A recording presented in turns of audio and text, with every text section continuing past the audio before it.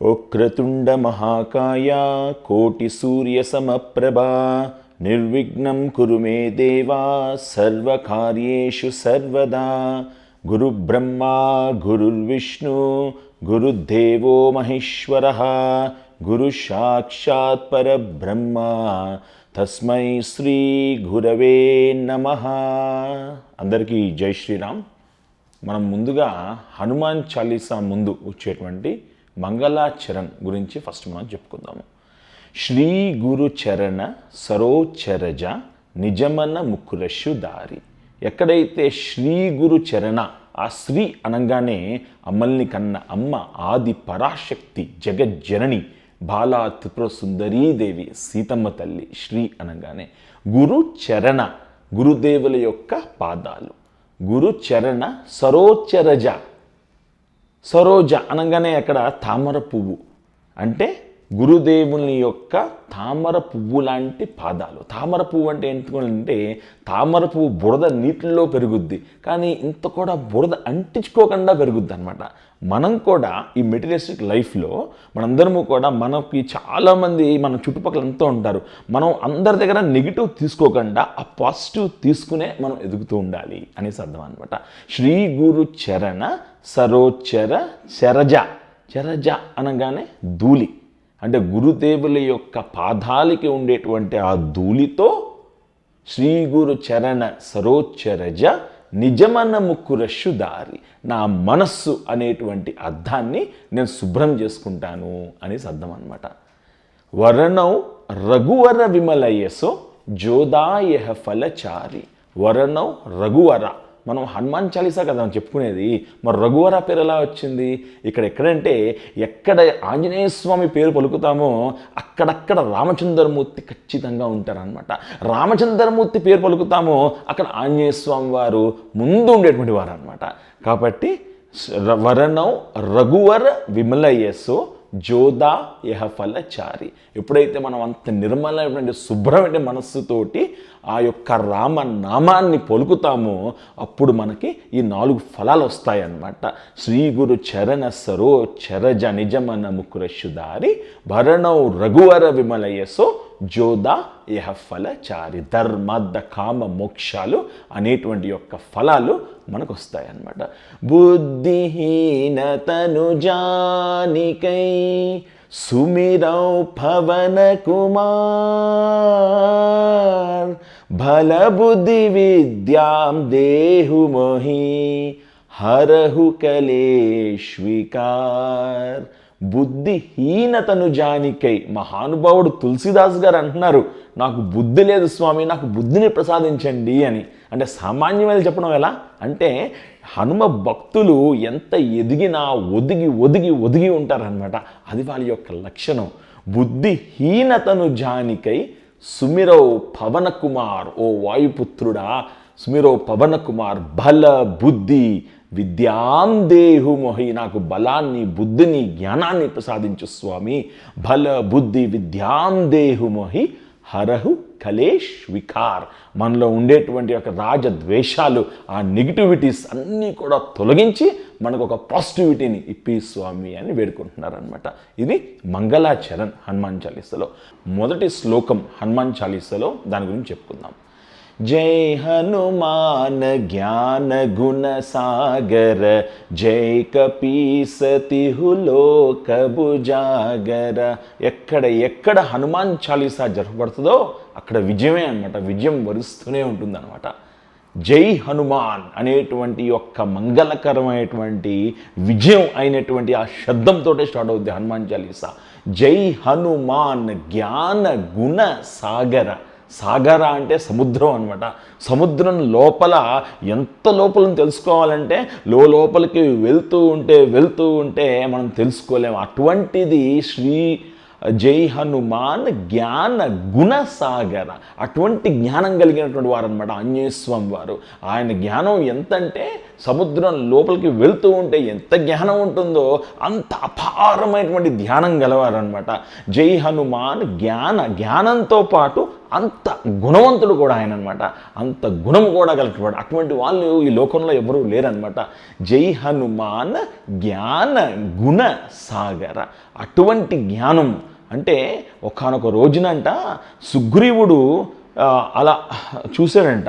అంటే వాలితోటి పోట్లాడి వచ్చేసినప్పుడు రాజ్యం పోయి అలా కూర్చుని సుగ్రీవుడు చూస్తుంటే రామలక్ష్మణులు సీతమ్మ తల్లి జాడ ఎత్తడానికి వెళ్తున్నారంట. ఒక్కసారిగా చూసి ఆశ్చర్యపోతాడంట సుగ్రీవుడు. బాబోయ్, నా తమ్ముడు వాలి పంపించాడేమో వీళ్ళని, వీళ్ళు వేసుకున్న వేషధారణ, వీళ్ళ యొక్క ఇది చూస్తుంటే భయం వేస్తుంది అనగానే ఆంజనేయ స్వామి ఉండి నేను వెళ్ళి మాట్లాడతానని వెళ్ళి ఆంజనేయ స్వామి వారు మాట్లాడుతుంటే ఎంత తీయగా, ఎంత మధురంగా, ఎంత మాధుర్యంగా ఉందంటే రామచంద్రమూర్తి స్వయంగా చెప్తున్నారంట. ఇప్పుడు ఏంటంటే ఈ మాట ఎలా వ్యాకరణ దోషం లేకుండా ఆయన ఎలా మాట్లాడుతున్నారంటే ఆ మాట్లాడేటప్పుడు చాలా అద్భుతంగానమాట. అంటే కొన్ని శబ్దాలు ఉంటాయండి, అవి ఎక్కడి నుంచి ఎప్పుడు ఎలా వస్తాయి అలాగొస్తున్నాయంట. కొన్ని మాటలు ఏంటంటే కడుపులో నుంచి, నాభిలో నుంచి వస్తాయి, కొన్ని ఇక్కడ నోట్లో నుంచి వస్తాయి, గొంతులో నుంచి వస్తాయి. ఏ శబ్దం ఎక్కడి నుంచి వస్తుందో వ్యాకరణ దోషం లేకుండా కనుబొమ్మలు ఎంత ఎగరేయాలో అంత అలా మాట్లాడుతుంటే ఆంజనేయ స్వామి వారు ఒక్కసారిగా రామచంద్రమూర్తి అన్నారంట, లక్ష్మణ ఇతను సామాన్యుడు కాదు, ఇతన్ని తోడు చాలా జాగ్రత్తగా మాట్లాడాలి, ఇతన్ని ఒక్కళ్ళుంటే చాలు ఈ సైన్యం మొత్తం కూడా, ఈ లోకం అంతా కూడా జయించవచ్చు, అంత శక్తిగా ఉన్నటువంటి వారు ఈయన అనేసి అనమాట. జై హనుమాన్ జ్ఞాన గుణ సాగర. సముద్రం అంత జ్ఞానము గుణము గలవారనమాట ఆంజనేయ స్వామి. జై కపీస తిహు లోకబు జాగర. జై కపీస. కపి అంటే ఒక మహర్షి చెప్పారనమాట. ఈ కపి అంటే ఏంటంటే తాగడం అనమాట. ఎప్పుడు కూడా రామరసం, ఆయన ఎప్పుడూ కూడా రామ రామ రామ అనేటువంటి ఆ రసాన్ని ఎప్పుడూ కూడా ఆయన రామరసం, ఎక్కడ రామ కథ చెప్తుందో, ఎక్కడెక్కడ రామనామం వినిపిస్తుందో, ఎక్కడెక్కడ రామ శబ్దం వినిపిస్తుందో అక్కడ ముందు ఉండేటువంటి వారు ఆంజనేయ స్వామి వారు అనమాట. సో జై కపీస. కపి అనగానే వానరం అనమాట. కపి అనగానే వానరం. ఈశ అనగానే రాజు, వానరులకు రాజు. ఆంజనేయ స్వామి రాజు ఎక్కడండి? ముందు ఎవరు? వాలి ఉండేవారు రాజు, దాని తర్వాత సుగ్రీవుడు రాజు. మరి ఆంజనేయ స్వామిని ఎలాగ జై కపీస అంటున్నారు కదా?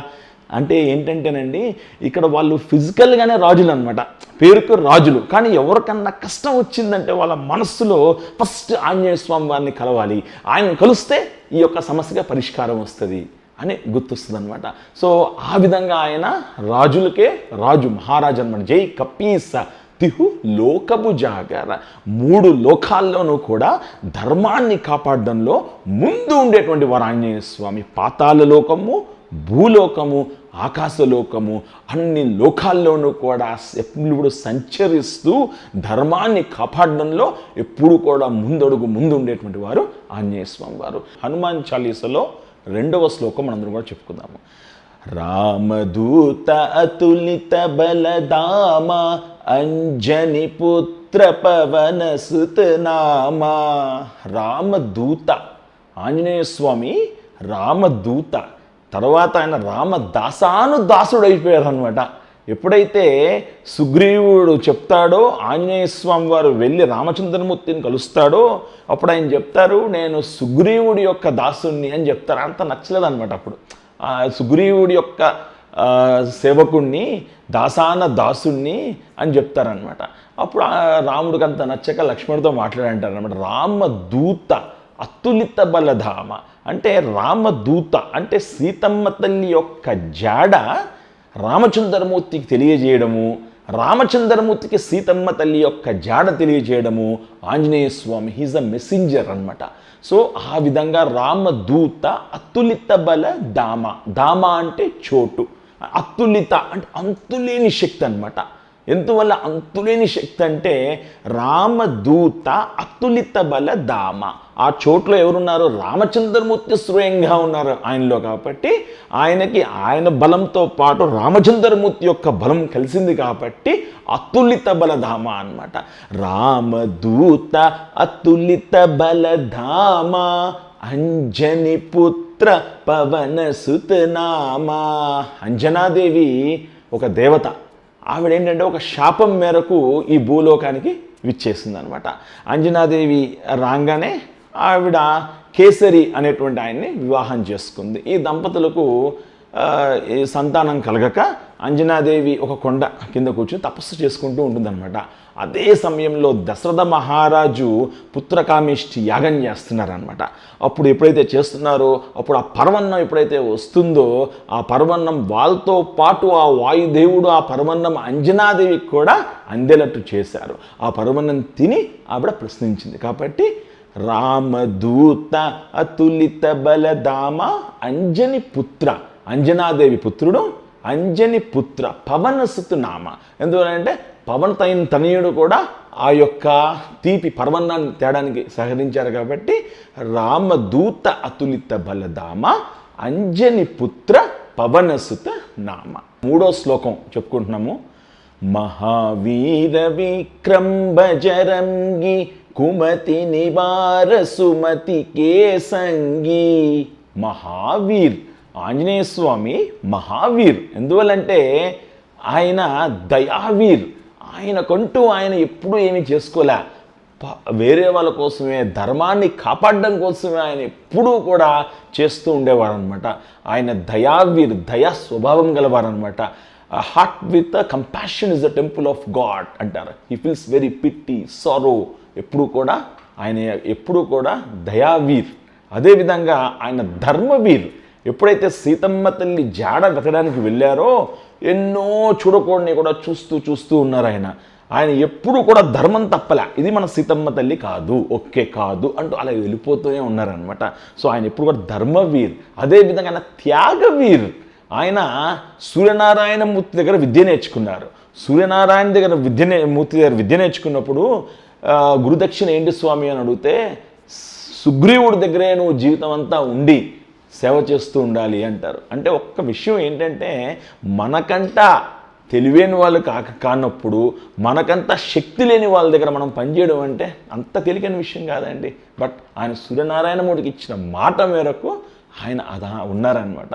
సో ఆయన ధర్మవీర్, త్యాగవీర్, దానవీర్. ఆయన మొత్తం కూడా రామచంద్రమూర్తికి సేవకి దానం చేశారు. ఆయన యొక్క శరీరం, ఆయన యొక్క బుద్ధి, ఆయన యొక్క జ్ఞానం అంతా కూడా అనమాట. మహావీర విక్రం బజరంగి. విక్రం బజరంగి, అది బజరంగి కాదు, వజ్రంగి. వజ్రం అనమాట, వజ్రంగి. ఎందువల్లంటే ఆయన పుట్టి కొద్ది క్షణాల్లోనే, కొన్ని గంటల్లోనే సూర్యనారాయణమూర్తిని చూసి మామిడి పండు అనుకుని కొన్ని యోజనాలు వెళ్ళిపోయారనమాట. వెళ్ళిపోగానే అప్పుడు ఇంద్రుడు కొడితే ఎడమదోడ చొట్టపడి వచ్చారు. కాబట్టి హనుమ అని పేరు వచ్చిందనమాట. ఆ విధంగా ఆయన అందరూ దేవతలందరూ కూడా వచ్చి ఆయనకు వరాలు ఇస్తూ ఉన్నారనమాట. అప్పుడు ఆయన వజ్రంగ బలి అయ్యారనమాట. మహావీర విక్రం బజరంగి కుమతి నివారసు మతికే సంగి. ఎప్పుడు కూడా మంచి వాళ్ళతోటే సంగి చేరుకోవాలన్నమాట. మంచి వాళ్ళతో అసోసియేట్ అయి ఉండేవారు ఆయన ఎప్పుడు కూడాను. ఆయన వాలి వైపు వెళ్ళొచ్చు కదండి, ఎప్పుడు కూడా వాలి వైపు వెళ్ళలేదు. ఎందుకు? సుగ్రీవుడికి రాజ్యం పోయినా సుగ్రీవుడి దగ్గరే ఉన్నారు ఆయన. ఎందువల్లంటే ఆయన ఎప్పుడు కూడా ధర్మం ఎటు ఉంటే అటువైపే ఉండేవారు అనమాట. మన జీవితంలో కూడా మనం కూడా ఎప్పుడు కూడా నేర్చుకోవాల్సింది ఏంటంటే మంచి వాళ్ళతోటే స్నేహం చేయాలి, మంచి వాళ్ళతోటే కలయిక ఉండాలి. ఆ విధంగా మంచిని నలుగురికి పంచుతూ ఆ మంచి అందట్లో కూడా పెంచేటట్టు మనం చూసుకుంటూ ఉండాలి. మహావీర విక్రంబజరంగి కుమతి నివారసు మతికే సంగి. 4వ శ్లోకం హనుమాన్ చాలీసా చెప్పుకుందాం. కంచన భరణ విరాససువేశ కానన కుండల కుంచిత కేశ. కంచన భరణ అనగా, కంచన అనగానే బంగారం అనమాట. ఆయన యొక్క వస్త్రాలు బంగారం లాంటి వస్త్రాలు. కంచన భరణ విరాససువేశ.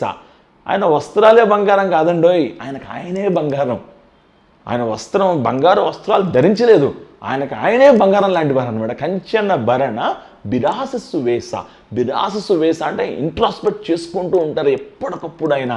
నేను ఏం చేశాను, ఇంకా బాగా ఎలా చేయొచ్చును, నేను చేసింది కరెక్టా కాదా అంటూ ఆయనలో ఆయన మాట్లాడుకుంటూ ఉంటారనమాట, ఇంట్రాస్పెక్ట్ చేస్తూ ఉంటారనమాట. మనం కూడా ఒక రోజంతా అయిపోయిన తర్వాత సాయంత్రం ఒకసారి మనలో మనం మాట్లాడుకోవాలి. ఈరోజు ఎలాగెళ్ళింది, ఎంతమందిని నవ్వించాం, ఎంతమందిని దుఃఖం పెట్టాం అన్నది మనలో మనం మాట్లాడుకోకపోతే you miss one of the beautiful person in this world, that's you. కాబట్టి మనలో మనం మాట్లాడుకుంటూ ఉండాలన్నమాట. కంచన భరణ విరాస సువేశ కానన కుండల కుంచిత కేశ. కానన కుండల, దీనికి ఒక అద్భుతమైన కథ ఉంటుంది. ఏంటంటే నారదమునిందుల వారంట ఒకానొక రోజున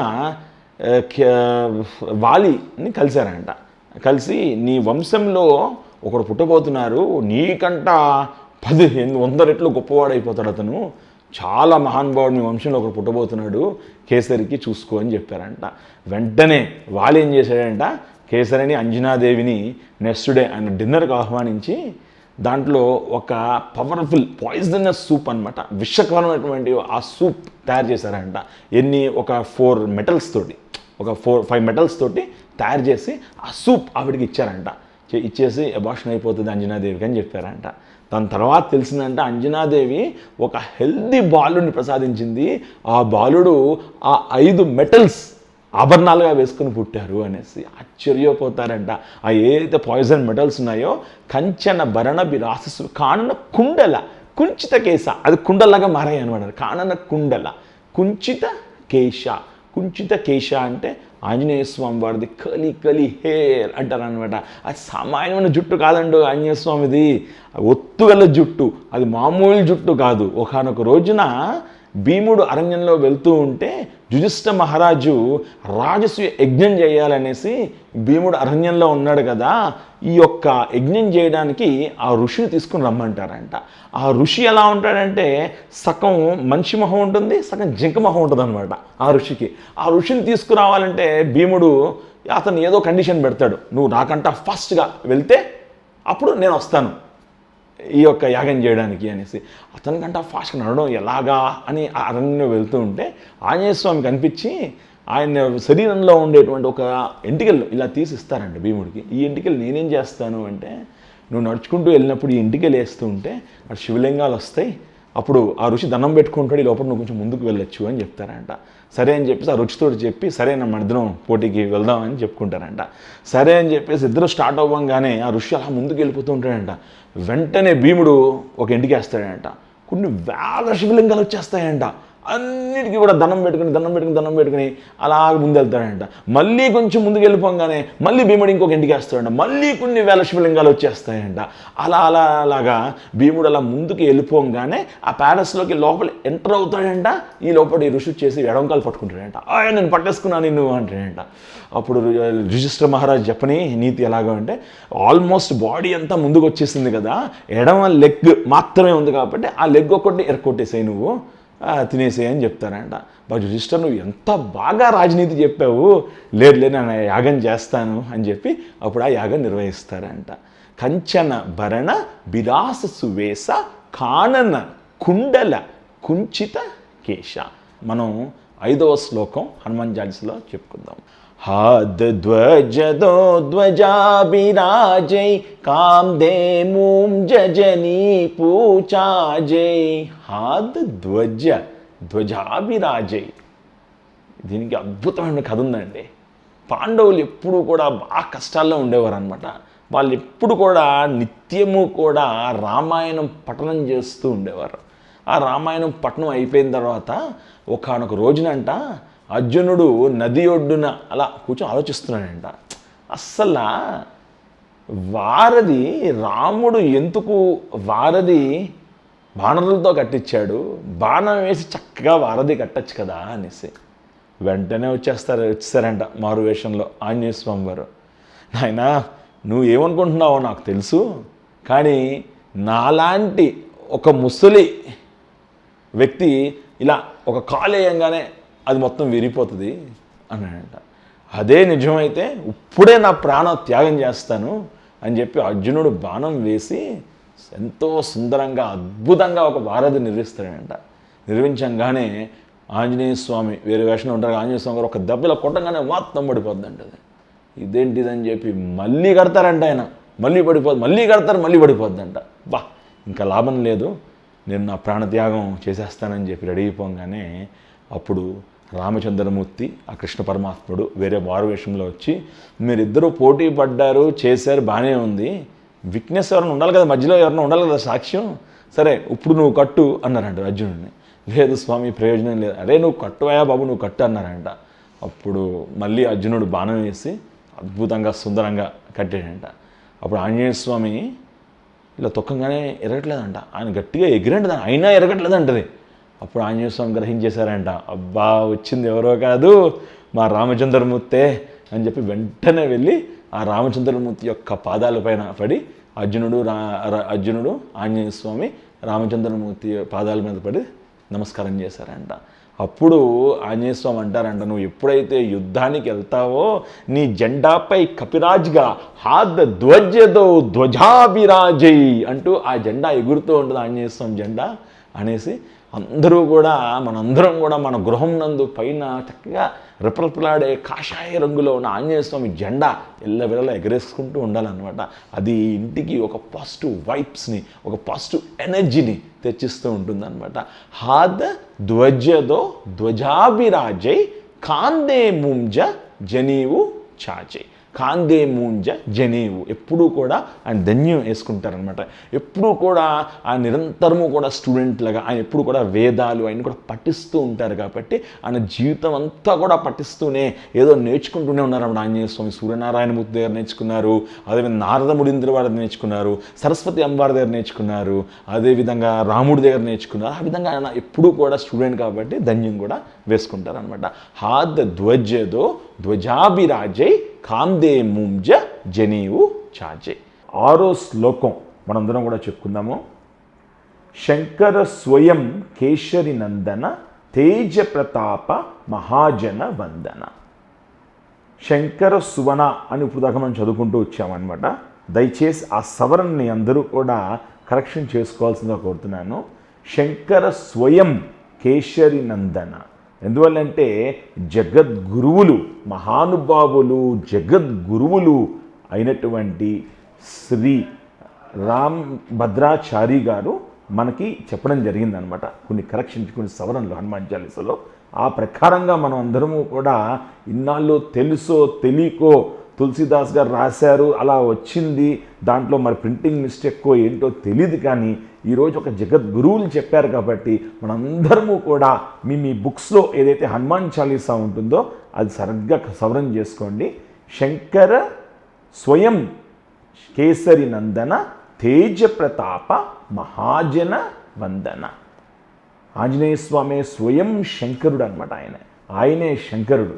అదేవిధంగా కేసరి యొక్క కుమారుడు, తనయుడు.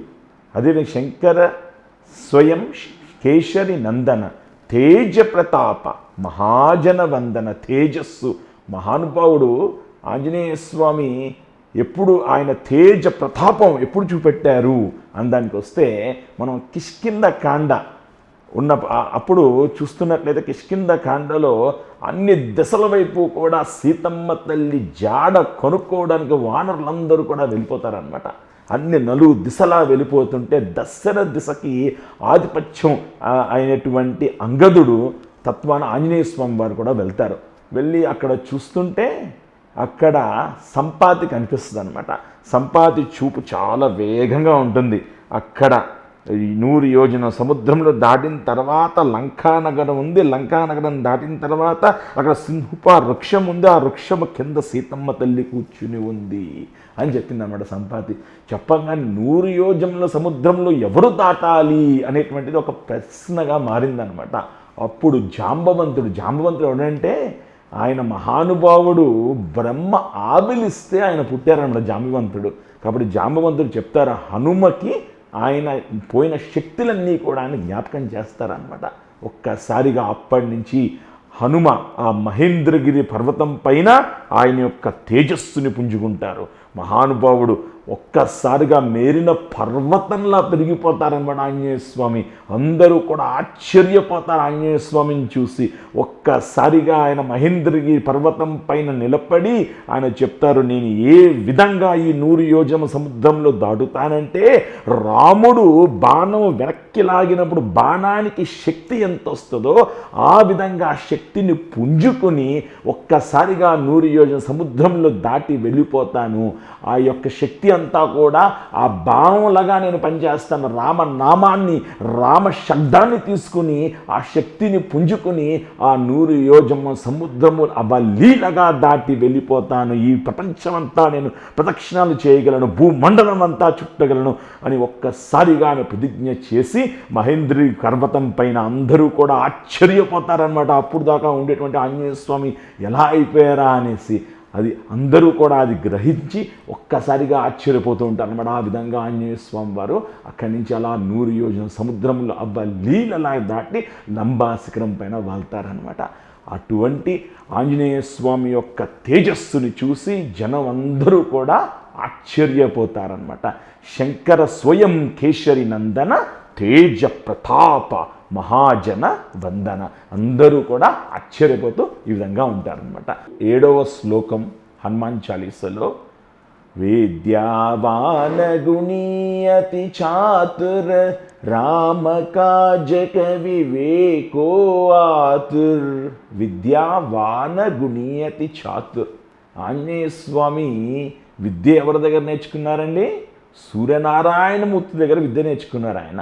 సూర్యనారాయణమూర్తి దగ్గర విద్య నేర్చుకోవడం అంటే అంత సామాన్య విషయం కాదు. సూర్యుడు ఎప్పుడూ కదులుతూ ఉంటారనమాట. ఆయన ఎంత వేగంగా కదులుతూ ఉన్నారో అంత వేగంగా వెనక్కి వెళుతూ పాఠం వింటూ నవవ్యాకరణ పండితుడు అయ్యారు ఆంజనేయ స్వామి వారు. ఆంజనేయ స్వామికి సూర్యనారాయణమూర్తికి బాగా అటాచ్మెంట్ పెరిగిపోయిందంట. ఈ బాలుడు ఎంత వినయంతో ఎంత చక్కగా విద్య నేర్చుకుంటున్నారు అనేసి సూర్యనారాయణమూర్తి అనుకున్నారంట. ఇతను ఏదైతే నేర్చుకుంటాడో మళ్ళీ మర్చిపోవాలి, మళ్ళీ నా దగ్గరికి వస్తాడు, మళ్ళీ నేను ఇతనితో చెప్పాలి అనేసి సంభాషణ అలా ఇద్దరి మధ్య అలా పెరిగిపోయిందనమాట. అలా ఉండగా ఒకనొక రోజున ఆంజనేయ స్వామి అంటారంట, స్వామి నేను పొద్దున్న నేర్చుకుని సాయంత్రం మర్చిపోతున్నాను, నేను వేరే పనులు చాలా చేసుకోవాలి, దయచేసి నన్ను వదిలేసేయండి అని చెప్తారంట. అప్పుడు ఆ సూర్యనారాయణమూర్తి చెప్తారంట, ఎవరైతే విద్యార్థులు నిన్ను పూజిస్తారో వాళ్ళ విద్య వాళ్ళ జీవితంలో మర్చిపోరు అనేసి. కాబట్టి విద్యార్థులు ఎక్కువ కూడా అందరు విద్యార్థులు కూడా ఆదర్శం ఆంజనేయ స్వామిని తీసుకోవాలన్నమాట. కాబట్టి అందరూ కూడా విద్యావాన గుణీయతి చాతుర్, చాలా చాతుర్ అనమాట. ఒకనొక రోజున రావణాసుడు చండీ యాగం చేస్తున్నాడట. చండీ యాగం చేసేస్తారు అన్నప్పుడు ఆంజనేయ స్వామి వెళ్ళి వాళ్ళందరూ కన్ఫ్యూజ్ చేస్తారు, చాలా చాతుర్. ఇది ముందా హారిని కారిని, ఇది ముందా అదేం కథలా, ఈ స్తోత్రం ముందా అన్నట్టుగా ఆయన చాలా చాతుర్ అనమాట. రామ కాజి కవి వేకు అతను రామ కార్యానికి ఎప్పుడూ కూడా ఆయన తపన పడుతూ ఉంటారనమాట. రామ కార్యం చేస్తూ ఉండాలి, రామకథ వింటూ ఉండాలి అన్నట్టుగాను. సో విద్యావాన గుణీయతి చాతుర్ రామ కాజ కవి వేకో ఆతుర్. 8వ శ్లోకం మనందరం కూడా చెప్పుకుందాం. ప్రభు చరిత్ర సునివేకో రసియా రామలకన సీతామన బసియా. ప్రభు చరిత్ర, ఆంజనేయ స్వామి వారు ఎప్పుడు కూడా చాలా ఆతురతతో ఉంటారనమాట. ఎక్కడెక్కడ రామ కథ, రామ శబ్దం, రామ శ్రవణం ఎవరైతే చేస్తున్నారో అక్కడక్కడ ఆంజనేయ స్వామి తప్పకుండా వెళ్ళి అక్కడ ఎవరైతే రామ కథ చదువుతున్నారో అంతా విని వాళ్ళని దీవించి వెళ్తారనమాట. ముందు ఉంటారనమాట ఆంజనేయ స్వామి వారు. ప్రభు చరిత్ర, ఎవరైతే ఆయన యొక్క చరిత్ర చదువుతున్నారో, ఎవరైతే సుందరాకాండ పారాయణం చేస్తున్నారో, ఎవరైతే రామాయణం పఠనం చేస్తున్నారో అక్కడక్కడ తప్పకుండా ఉండేటువంటి వారు ఆంజనేయ స్వామి వారు అనమాట. సో ఆంజనేయ స్వామి ప్రభు చరిత్ర సుని వేకోరస్య రామ లక్కన సీతామన బస్య. ఒకనొక రోజునంట మొత్తం రామ పట్టాభిషేకం అయిపోయిన తర్వాత సీతమ్మ తల్లి ఒక వజ్రాల హారాన్ని తీసి ఆంజనేయ స్వామికి ఇచ్చిందంట. ఆంజనేయ స్వామి వజ్రాల హారం తీసి ఒక్కొక్క వజ్రము కూడా కొన్ని కోట్లు విలువ చేసేటువంటి వజ్రం అనమాట. అది ఆ వజ్రం లోపల అసలు ఈ ఒక్క వజ్రంతో కొన్ని ఊర్లు కొనేయచ్చు అనమాట. అంత ఖరీదు గల వజ్రాలు. ఆ వజ్రాలన్నీ కూడా చితక్కొట్టి తీసేసి ఇలా చూస్తున్నారంట. వజ్రం ఏంటి, ఎలాగుంది, లోపల ఏముంది అనేసి. అంతా ఏమిటిది అని అడుగుతుంటే ఎక్కడా కూడా నామము, రామ శబ్దము, రామ వాసన ఏదన్నా ఉందా అని చూస్తున్నాను, దీంట్లో ఎక్కడా కనిపించలేదన్నారంట. అలా అదే నిజమైతే నీ శరీరంలో, నీ హృదయంలో రాముడు ఉన్నాడా చూపెట్టన్నారంట. ఒక్కసారిగా మహానుభావుడు, అనితర సాధ్యము గల జన్మగల వారు ఆంజనేయ స్వామి వారు ఒక్కసారి రామ దర్బారులో, అయోధ్యలో రామ దర్బారులో ఆయన యొక్క హృదయాన్ని చీల్చి సీతారాముల్ని చూపెట్టారంట. ప్రభు చరిత్ర సునివేకోరస్య రామ లఖన సీతామన బస్య. 9వ శ్లోకం మనందరం కూడా చెప్పుకుందాము. సూక్ష్మరూపధరి సియగిదిగావా వికట రూపధరి లంక జలావా. సూక్ష్మరూపం ఆంజనేయ స్వామి ఒకానొక సమయంలో చిన్నగా అయిపోతారు. లంకకి వెళ్ళినప్పుడు ఆయన చిన్నగా అయిపోతారనమాట. అలాగెళ్ళి అలాగ సూక్ష్మ రూపంలో సీతమ్మ తల్లిని అన్వేషణ చేస్తూ ఉంటారనమాట ఆయన. అది కూడా చీకటి వేళ, రాత్రి వేళ ఆయన ఎప్పుడు కూడా అలా విధంగా అన్వేషిస్తూ ఉంటారనమాట. ఎప్పుడైతే చూడామని చేత పడిందో ఆయన మళ్ళీ వికట రూపాన్ని దాలుస్తారు. అందుకంటే సీతమ్మ తల్లికి అలా వెళ్తారు, భయపడిపోదు. అక్కడే రాక్షసులు రకరకాలుగా ఉంటారు. సో సూక్ష్మ రూపధరి సియగిదిగాబ.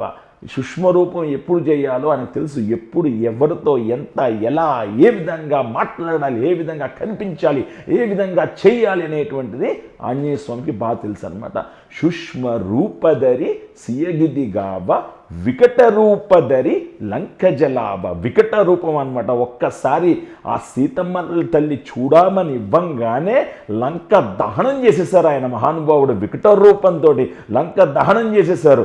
వెంటనే రావణాసుడు కౌరు పంపారు అనమాట. జంబుమాలి 8 సైనికులని అందరినీ కూడా ఆయన చంపేశారు, సంహరించారనమాట. అదే అక్షయపు వారిని కూడా ఆయన సంహరించారు. అది వికట రూపంతో అనమాట. సో ఎప్పుడు, ఎవరితో, ఎంత, ఎలా, ఏ విధంగా మనం ప్రయత్నించాలి, మాట్లాడాలి, ఏ విధంగా మనం వేషధారణ వేయాలి అనేటువంటిది ఈ యొక్క శ్లోకంతో నేర్చుకోవచ్చు అనమాట. సూక్ష్మ రూపధరి సియగిదిగావ వికట రూపధరి లంకజ లాభ. 10వ శ్లోకము హనుమాన్ చాలీసాలో మనందరం కూడా చెప్పుకుందాము. భీమరూపధరి అసుర సంహారే రామచంద్రకే కాజ సవారే. భీముడు అరణ్యంలో నడుచుకుంటూ వెళ్తున్నారంట. అలా నడుచుకుంటూ వెళ్తున్నాడు. దేనికోసం? 1000 ఆకుల తామర పువ్వు కోసం, ఆయన పుష్పం కోసం ఆయన నడుచుకుంటూ వెళ్తూ ఉంటే ఆంజనేయ స్వామి ఒక్క ముసలి వానర రూపంలో కనిపించి తోక అడ్డంగా పెడతారంట. అయితే తోక తీయని చెప్తారంట. అయినా కానీ తీయరు. అప్పుడు మొత్తానికి ఏమవుతుంది, ఆయన యొక్క అహం ఏదైతే ఉందో భీముడిది అది పోగొడతారనమాట. అప్పుడు చెప్తాడంట భీముడికి, నువ్వు ఎప్పుడైతే యుద్ధానికి వెళ్తావో కురుక్షేత్ర యుద్ధంలో నీ గొంతులతో పాటు నా గొంతు కూడా నీతో పాటు కలుస్తుంది అనేసి అనమాట. చాలామంది కురుక్షేత్ర యుద్ధంలో భీముడి యొక్క గొంతునే చనిపోతారన్నమాట. ఎందువల్లంటే ఆయన గొంతుతో పాటు ఆంజనేయ స్వామి యొక్క గొంతు కూడా అక్కడ ఉందన్నమాట. భీమ రూపధరి అసుర సంహారే రామచంద్రకే కాజస్సవారే. ఎప్పుడైతే భీముడికి అలా కనిపించి చెప్తారో భీముడు ఒక కోరిక కొడతారండి ఆంజనేయ స్వామిని. ఒక్కసారి సీతమ్మ తల్లికి నిజ స్వరూపం చూపెట్టావు కదా, ఒక్కసారి చూపెట్టవా అనేసి. ఆ పంచముఖి ఆంజనేయ స్వామి స్వరూపం ఒక్కసారి ఆంజనేయ స్వామి ఒక్కసారి మేగిన పర్వతంలా పెరిగిపోతూ ఉంటే తట్టుకోలేకపోయాడంటండి భీముడు. బా ఒక్కసారిగా అలా అలా అలా అలా పెరిగిపోయారంట. దీనికి 10 నేను అక్కడ పెరిగాను, కాకపోతే మనం తట్టుకోలేమనేసి ఇప్పుడు నీకు ఇంతే చూపెట్టానని చెప్తారంట ఆంజనేయ స్వామి. కాబట్టి ఆంజనేయ స్వామిని ఎప్పుడు ఎలా వేడుకోవాలో అలాగే వేడుకోవాలి. ఎందువల్లంటే ఆంజనేయ స్వామి కనపడాలని కోరుకున్నా ఆయన తట్టుకునే శక్తి మనకి ఉండాలన్నమాట. అందువలంటే ఆ ఉపాసన బలం మనకు ఉంటేనే ఆయన తట్టుకోగలుగుతాం. భీమ రూపధరి అసుర సంహారే రామచంద్రకే కాజసవారే. ఎప్పుడూ కూడా రామ సేవకి దాసుడై వెళ్ళలా కూడా రామ సేవలో ముందుండేటువంటి వారు ఆంజనేయ స్వామి వారు. భీమ రూపధరి అసుర సంహారే రామచంద్రకే కాజసవారే. 11వ శ్లోకం చెప్పుకుందాం. लाए संजीवन लखन जियाए श्री रघुवीर हर शिवर लाए लाय సంజీవన సంజీవి పర్వతాన్ని తీసుకొచ్చారనమాట. లాయ సంజీవన లఖన జియాయే శ్రీ రఘువీర రామచంద్రమూర్తి శ్రీ రఘువీర హర్షివుల హర్ష వ్యక్తం చేసి ఆనందాన్ని వ్యక్తం చేశారనమాట రామచంద్రమూర్తి. లాయ సంజీవన లఖన జియాయే శ్రీ రఘువీర హర్షివుల లాయే. ఈ యొక్క ఘట్టం అద్భుతమైన ఘట్టం అనమాట. ఏంటంటే రావణాసుడు కొడుకు, రావణాసుడు కుమారుడు ఇంద్రజిత్ అని ఉంటాడు, మేఘనాథుడు. ఆయన వజ్రాయుధంతో కొన్ని కోట్ల వానరులు చనిపోయారు. కొన్ని కోట్ల వానరులు చనిపోయారు. ఎక్కడెక్కడ శవాలు అలా పడిపోయి ఉన్నాయి, వానరులు పడిపోయి ఉన్నారు. మొత్తం కూడా నెత్తురుతోటి వేర్లే పాడింది, మనం గెలిచేసామని చెప్పేస్తాడనమాట. అప్పుడు ఏం చేయాలో అర్థం కాదు. విభీషణుడు ఒక కాగడా పట్టుకుని అసలు ఏమైంది, అసలు ఎవరు బతుకున్నారో చూద్దామని అలా వెళ్తూ ఉన్నారనమాట. విభీషణుడు వెళ్తూ ఉంటే అక్కడ జాంబవంతుడు కనపడ్డారు. జాంబవంతుడు మొత్తం నెత్తురుతోటి మొత్తం ఉంటారనమాట. జాంబవంతుడిని పిలిచి ఇలా లేపంగానే జాంబవంతుడు ఒకటే మాట అంటాడు, హనుమ కుశలమా. ఇది ఆశ్చర్యపోతారు. యాక్చువల్గా అడగాల్సింది ఎవరిని, రామలక్ష్మణులు ఉన్నారని అడగాలి కదా. హనుమ కుశలమా అని అడుగుతారనమాట. వెంటనే హనుమ పక్కనే ఉంటారు. ఆయన ఎవరన్నా వేరే వాళ్ళు అయితే అంటారు కదా. ఆయన మహానుభావుడు జాంబవంతుడు పాదాల దగ్గరికి వెళ్ళి, తాతా ఈ హనుమ నీ కుశలం అడుగుతున్నాడు అని అంటారనమాట. అంత వినయం మహానుభావుడికి. హనుమ ఒక్కరుంటే చాలు, మొత్తం అందరూ కూడా బతికిపోతారు. అందరూ కూడా బతికిపోయారు. కొన్ని కోట్ల వానరులు బతికిపోయారు. అదే లక్ష్మణ స్వామి కూడా బతికిపోయారు అనమాట. లాయ సంజీవన లఖన జియాయే శ్రీ రఘువీర హర్షివుర లాయ ఆనందాన్ని వ్యక్తం చేశారనమాట రామచంద్రమూర్తి. 12వ శ్లోకం మనందరం కూడా చెప్పుకుందాం. रघुपति की न बहुत बड़ाई तुम मम प्रिय भरत सब बाई. స్వయంగా ఆంజనేయ స్వామి రఘుపతి కీన బహుత్ బడాయి అంటున్నారనమాట.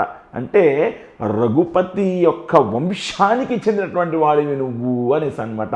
ఎందువల్లంటే ఆ వాయుపుత్రుడు దశరథ మహారాజు ఎప్పుడైతే పుత్రకామేష్టి యాగం చేశారో అప్పుడు అదే పరవన్నం వాయుదేవుడు తీసుకెళ్ళి అంజనాదేవికి సమర్పిస్తే అప్పుడు అలా పుట్టారు. కాబట్టి ఈయన కూడా అదే వంశానికి చెందినటువంటి వారు అన్నట్టుగా ఆయన చెప్తున్నాడు. రఘుపతి కీన్ బహుత్ బడాయి తుము మమ ప్రియ భరత్ సబబాయి. భరతుడు లాంటి వాడివి నువ్వు నాకు, భరతుడు లాగానే నువ్వు నాకు అనేసి చెప్తాను. భరతుడు మహానుభావుడు అనమాట. ఎప్పుడైతే దశరథ మహారాజు గారు చనిపోయారో, అన్నా నాకు రాజ్యం ఏంటన్నా, అసలు నాకు అర్హత ఎక్కడ ఉంటుంది అని చెప్పేసి ఒక్కసారి రామచంద్రమూర్తి యొక్క పాదాల మీద పడిపోయి, అన్నా రా అన్నా నీవు రాజ్యం తీసుకో, పట్టాభిషేకం చెయ్యి, నువ్వే ఈ లోకాన్ని పరిపాలించాలి అని చెప్తే, లేదు 14 సంవత్సరాలు వనవాసం అయిన తర్వాత నేను వస్తాను అని చెప్తే అప్పుడు రామచంద్రమూర్తి యొక్క పాద రక్షకులు తీసుకెళ్ళి అక్కడ పెట్టి పరిపాలించాడండి భరతుడు. అంతటి మహానుభావుడు అనమాట. అన్నతమ్ములకు ఆదర్శం శ్రీరామాయణం అనమాట. అటువంటి యొక్క ఇది భరతుడు అనమాట. అటువంటి భరతుడితో పోల్చారనమాట ఇక్కడ రామచంద్రమూర్తి ఆంజనేయ స్వామి. రఘుపతి కీన బహుత బడాయి తుము మమ ప్రియ భరత సబబాయిను. భరతుడు లాంటి 14 సంవత్సరాలు వనవాసం అయిపోయిన తర్వాత ఒక్క క్షణం కూడా నేను ఆగు, నువ్వు రాగానే నువ్వు పట్టాభిషేకం చేసుకోవాలి, నువ్వే రాజ్యాన్ని పరిపాలించాలి అని చెప్పినటువంటి మహానుభావుడు భరతుడు అనమాట. కాబట్టి రఘుపతి కీన బహుత్ బడాయి తుము మమ ప్రియ భరత సబ బాయి. 13వ శ్లోకం చెప్పుకుందాము. सहस्रवदन तुमरो यस गावै अस कहि श्रीपति कंठ लगावै. మహానుభావుడు ఆంజనేయ స్వామి 100 యోజనముల సముద్రములు అవలీలగా దాటి లంకంతా గాలించారంట. ఒక్క అడుగు కూడా ఉంచకుండా మొత్తం లంకంతా గాలించి అక్కడ అశోక వనములో సిన్సుపా వృక్షము పైకెక్కి అక్కడి నుంచి సీతమ్మ తల్లిని చూశారు ఆయన. ఆవిడ ఆ సమయాన్న ఉరి వేసుకొని చనిపోవడానికి సిద్ధమై ఉందన్నమాట.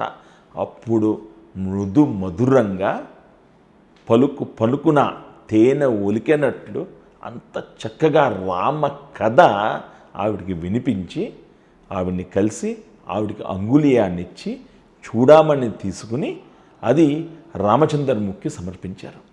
అప్పుడు రామచంద్రమూర్తి ఆయన్ని కౌగిలించుకున్నారనమాట.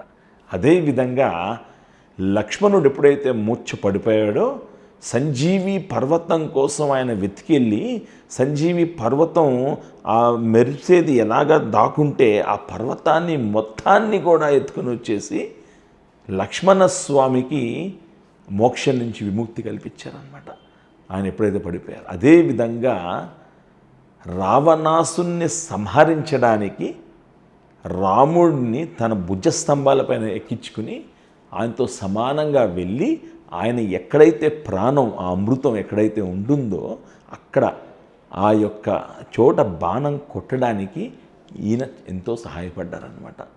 సహసవదన తుమరోయసగావై ఆశ కహి శ్రీ అంటే సీతాదేవి, శ్రీ పతి అంటే రామచంద్రమూర్తి, కంఠ అంటే హద్దుకోవడం గట్టిగా, లగావై అంటే గట్టిగా హద్దుకోవడం అనమాట. సహస్రవదన తుమరోయసగావై ఆసకహి శ్రీపతి కంటలగావై. ఆ విధంగా ఆంజనేయ స్వామి వారిని 3 సార్లు హద్దుకున్నారనమాట రామచంద్రమూర్తి. 14వ శ్లోకం హనుమాన్ చాలీసాలో చెప్పుకుందాము. సనకాదిక బ్రహ్మాది మునీస నారద సారద సహిత హీసా. బ్రహ్మాది దేవతలందరూ కూడా ఆంజనేయ స్వామికి ఆశీర్వచనం ఇచ్చారనమాట. ఆయన సూర్యనారాయణమూర్తి దగ్గర, నారదమునీంద్ర వారి దగ్గర, సరస్వతీదేవమ్మ వారి దగ్గర, రామచంద్రమూర్తి దగ్గర వాళ్ళందరి చేత కూడా ఆయన విద్య నేర్చుకుంటూ ఉన్నారనమాట. ఒకానొక రోజునంట నారదమునీంద్ర వారు ఆంజనేయ స్వామి ఆశ్రమానికి వచ్చి ఆంజనేయ స్వామిని ఒక పాట పాడమన్నారంట. మహానుభావుడు పాట పాడుతుంటే నిజంగా అస్సలు నారదమునీంద్రుల వారు అలాగా పాట వింటూ ఎంతో ఆనందంగా ఆ పాట వింటుంటే అసలు ఆయన మర్చిపోయారంట. ఆ విధంగా పాడుతున్నారంట ఆంజనేయ స్వామి వారు. అలా పాట వింటూ ఉంటుంటే ఆయన కళ్ళు మూసుకుని ఆయన వీణ ఇలా కింద పెట్టేశారంట. ఎప్పుడైతే ఆయన వీణ కింద పెట్టేశారో సడన్గా రాళ్ళు కరిగిపోయాయంటండి. ఆంజనేయ స్వామి వారు పాట పాడుతుంటే ఒక్కసారిగా రాళ్ళన్నీ కరిగిపోయాయంట. అలా నారదముని వారు పాట వింటూ వింటూ ఆంజనేయ స్వామి పాట అయిపోగానే ఒక్కసారిగా మళ్ళీ రాళ్ళన్నీ మామూలు షేప్కి వచ్చేసినాయి అంట. అప్పుడు నారదముని గారు వీణ వెళ్ళిపోయింది, తీస్తుంటే రావట్లే. సరే అని చెప్పేసి ఆయన లాగితే రావట్లేదంట. సరే అని చెప్పేసి ఆంజనేయ స్వామిని మళ్ళీ పాట పాడమంటారంట. అమ్మో నేను పాడనంటారంట. అయితే ఆంజనేయ స్వామి పరిగెడితే ఆయన వెనకాతల నారదముని ఆయన పట్టుకోవడానికి పరిగెడతారంట. అలా 2-3 రౌండ్స్ అయిందంట. దాని తర్వాత గట్టిగా పట్టేసుకుని ఆంజనేయ స్వామి నువ్వు పాడాల్సిందే, పాడు పాడు నా వేణు తీసుకోవాలంటే అప్పుడు ఆంజనేయ స్వామి మళ్ళీ పాడతారంట. అప్పుడు మళ్ళీ నారదముని వారు ఆయన వేణు తీసుకుని ఇందాక ఎందుకు పాడలేదు అని అడుగుతారంట. అప్పుడు ఆయన చెప్తారంట, మీ అద్భుతమైన పాద ధూళి నా ఆశ్రమం అంతా కూడా రావాలి స్వామి, అందువల్ల పాడలేదు అని చెప్తారంట. సనకాదిక బ్రహ్మాది మునీస నారద సారద సహిత హీస. 15వ శ్లోకం చెప్పుకుందాం. యమ కుబేర దిగపాల జగాతై కవి కోవిద సై సతై హహాతై. యముడు, కుబేరుడు, ఇంద్రుడు వీళ్ళందరూ కూడా రావణాసురుడు అంటే చాలా భయం అనమాట. గాలి బాగా పీల్చ రాదు, ఎందుకు రావణాసురుడు అంటే భయం. నీళ్ళు ఎక్కువ పొంగవు, అంటే అన్నిటినీ కూడా ఆయన యొక్క ఆధ్వర్యంలో తెచ్చేసుకున్నాడు ఆయన. ఆయన మహాశివభక్తుడు, మహా ఉపాసకుడు. యమ కుబేర దిగపాల జగాతై కవికో విదసై సతైహాతై. ఒక్కసారిగా ఆంజనేయ స్వామి లంకను ధ్వంసం చేసంగానే వీళ్ళందరూ ఎంతో ఆనందించేశారనమాట. వీళ్ళందరూ కూడాను ఒకానొక రోజునంట సడన్గాను రావణాసుడు అష్టదిగ్గజాలను కలుసుకున్నాయంట. సడన్గా రావణాసుడు వచ్చారంట. రాగానే అన్నీ హడిలిపోయినాయి అంట, ఎక్కడికక్కడ వెళ్ళిపోదాం అనేసి. అప్పుడు యమధర్మరాజు ఉన్నారంట, దక్షిణ దిశకి అధిపతి యమధర్మరాజు గారు. ఎటు వెళ్ళాలో తెలియక అక్కడ కాకి ఉంటే కాకిని అడిగాడంట, నేను నీలో ప్రవేశిస్తాను, నువ్వు కొంచెం నన్ను అలా తీసుకెళ్ళు అనేసి. సరే అని చెప్పి కాకిలో ప్రవేశిస్తే కాకి అలా తీసుకెళ్ళిన యమధర్మరాజు గారిని. అప్పటి నుంచి కాకికి ఒక వరం ఇచ్చారంట, ఎవరైతే ఎప్పుడు కూడా కాకి తినేసింది, కాకి కొట్టేసింది అంటారు కదా, ఎవరైతే చనిపోతారో దక్షిణ దిశగా ఏముంటుందండి, ఊరు దక్షిణ దిశగా శ్మశానం ఉంటుంది. కాబట్టి ఎవరైతే చచ్చిపోతారో నాకు పిండం ప్రదానం చేస్తారు కదా, అప్పుడు కాకే రావాలి అని అందరూ ఎదురు చూస్తూ ఉంటారు. ఆ వరం నీకు ఇస్తున్నానని కాకికి అప్పుడు ఆ వరం ఇచ్చారంటండి. ఆ విధంగా ఇది ఉత్తరాఖండ్లో ఉంటుంది. ఇది సరే, మనం యమ కుబేర దిగపాల జగాతై కవికో విదసై సతై హాతై. కవులు అందరూ కూడా ఎంతో ఆనందించేశారంట. ఒక్కసారిగా వీళ్ళందరూ కూడా శని భగవాన్ కానివ్వండి, యముడు కానివ్వండి, కుబేరుడు అందరూ కూడా ఎంతో ఆనందించేశారనమాట. ఒక్కసారి లంక మొత్తం దహనం అయిపోగానే వాళ్ళందరికీ కూడా ఎంతో స్వేచ్ఛ వచ్చిందనమాట చక్కగాను. సో యమ కుబేర దిగపాల జగాతై కవికో విదసై సతై. 16వ శ్లోకం చెప్పుకుందాం. तुम उपकार सुग्रीवति कीना राम मिलाय राज्य पर दीना. సుగ్రీవుడికి ఆంజనేయ స్వామి వారు ఎప్పుడైతే రామ లక్ష్మణుల్ని చూశారో సుగ్రీవుడికి చెప్తాడు. సుగ్రీవుడు అప్పటికి చాలా బాధతో ఉంటారు. భార్య వెళ్ళిపోయింది, రాజ్యం కోల్పోయాడు.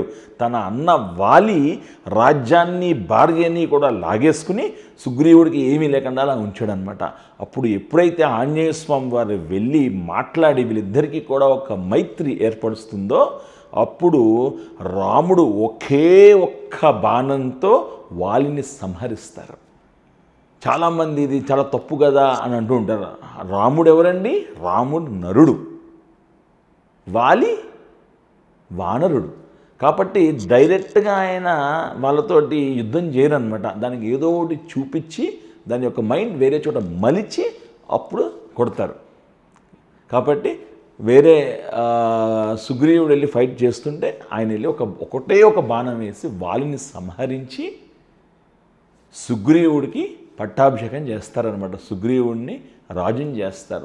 రాజుని చేసి వదిలేయడమే కాదండి, ఆంజనేయ స్వామి మళ్ళీ ఆయన ఎప్పుడైతే రాజు అయిపోయారో దీంట్లో ఆయన ఉంటారు. మళ్ళీ ఆంజనేయ స్వామి వెళ్ళి సుగ్రీవుడు గుర్తు చేస్తాడు, మనం ఏమి ఇచ్చాం, రామచంద్రమూర్తికి మాట ఏమి ఇచ్చాం, సీతమ్మ తల్లి జాడ వెతుకుతామని ఇచ్చాం.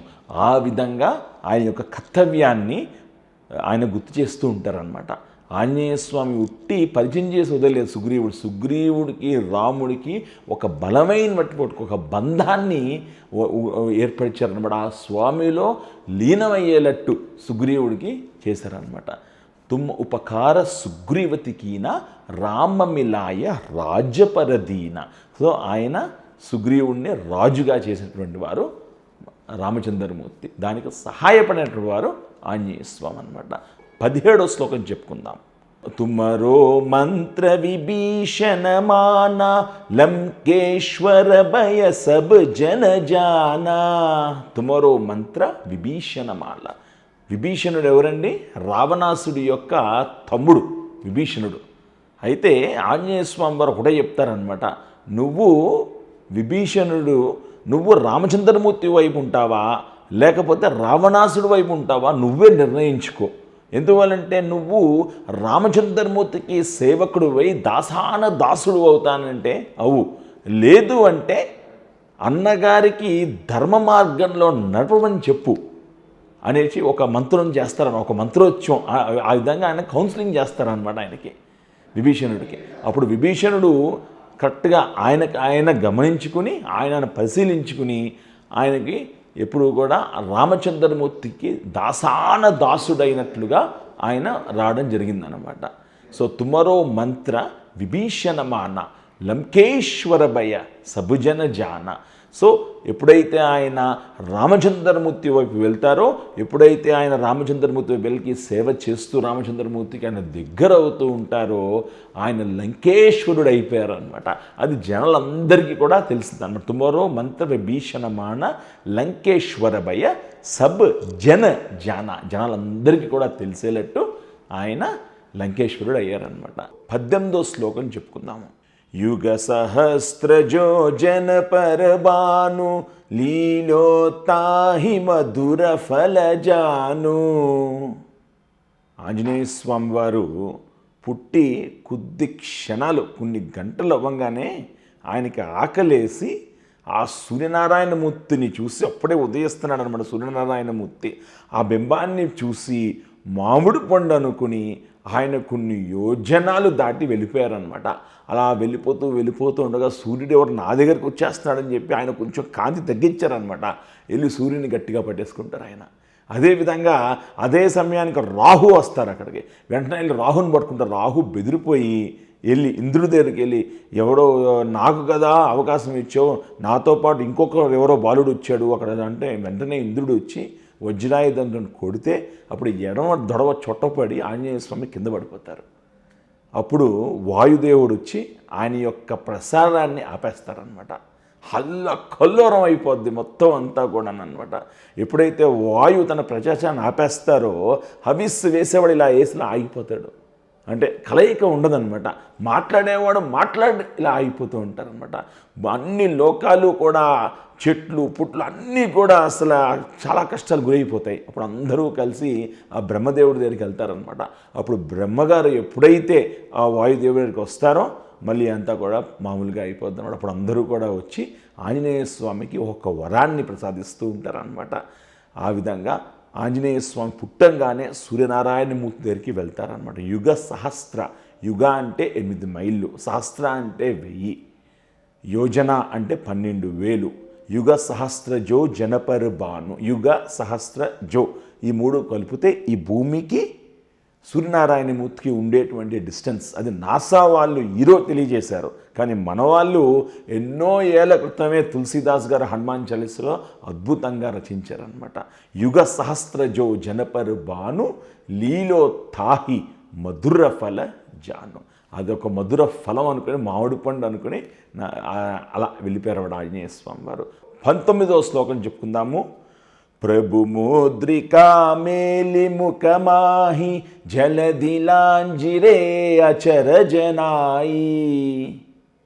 ఎప్పుడైతే సుగ్రీవుడు అన్ని దిశలా కూడా వానరుల్ని పంపిస్తారో, దర్శన దిశకి వెళ్ళేటువంటి వానరులకి ముఖ్యంగా ఆంజనేయ స్వామికి పిలిచి చెప్తున్నారనమాట. నాయన దర్శన దిశ అలా వెళ్తూ ఉంటే సముద్రం వస్తుంది, సముద్రం దాటి అలా వెళ్తూ ఉంటే అక్కడ సింహుప అనేటువంటి ఒక రాక్షసి ఉంటుంది, నీడ పట్టి లాగేస్తూ ఉంటుంది అనమాట. సింహిక అనేటువంటి రాక్షసి అని చెప్తూ ఉంటారు అన్నమాట. ఎందుకంటే సుగ్రీవుడికి అన్ని వైపులా కూడా చిట్ట చివరిదాకా తెలిసినప్పుడు ఎప్పుడైతే వాలి తరుగుతాడో సుగ్రీవుడు అన్ని దిశలా తిరుగుతాడనమాట. కాబట్టి సుగ్రీవుడికి అది బాగా తెలుసు అనమాట. అప్పుడు ఎప్పుడైతే ప్రభువు చెప్దాం వింటారో వెంటనే రామచంద్రమూర్తి ఆంజనేయ స్వామికి పిలిచి ఆ అంగుళీయాన్ని ప్రసాదిస్తారనమాట.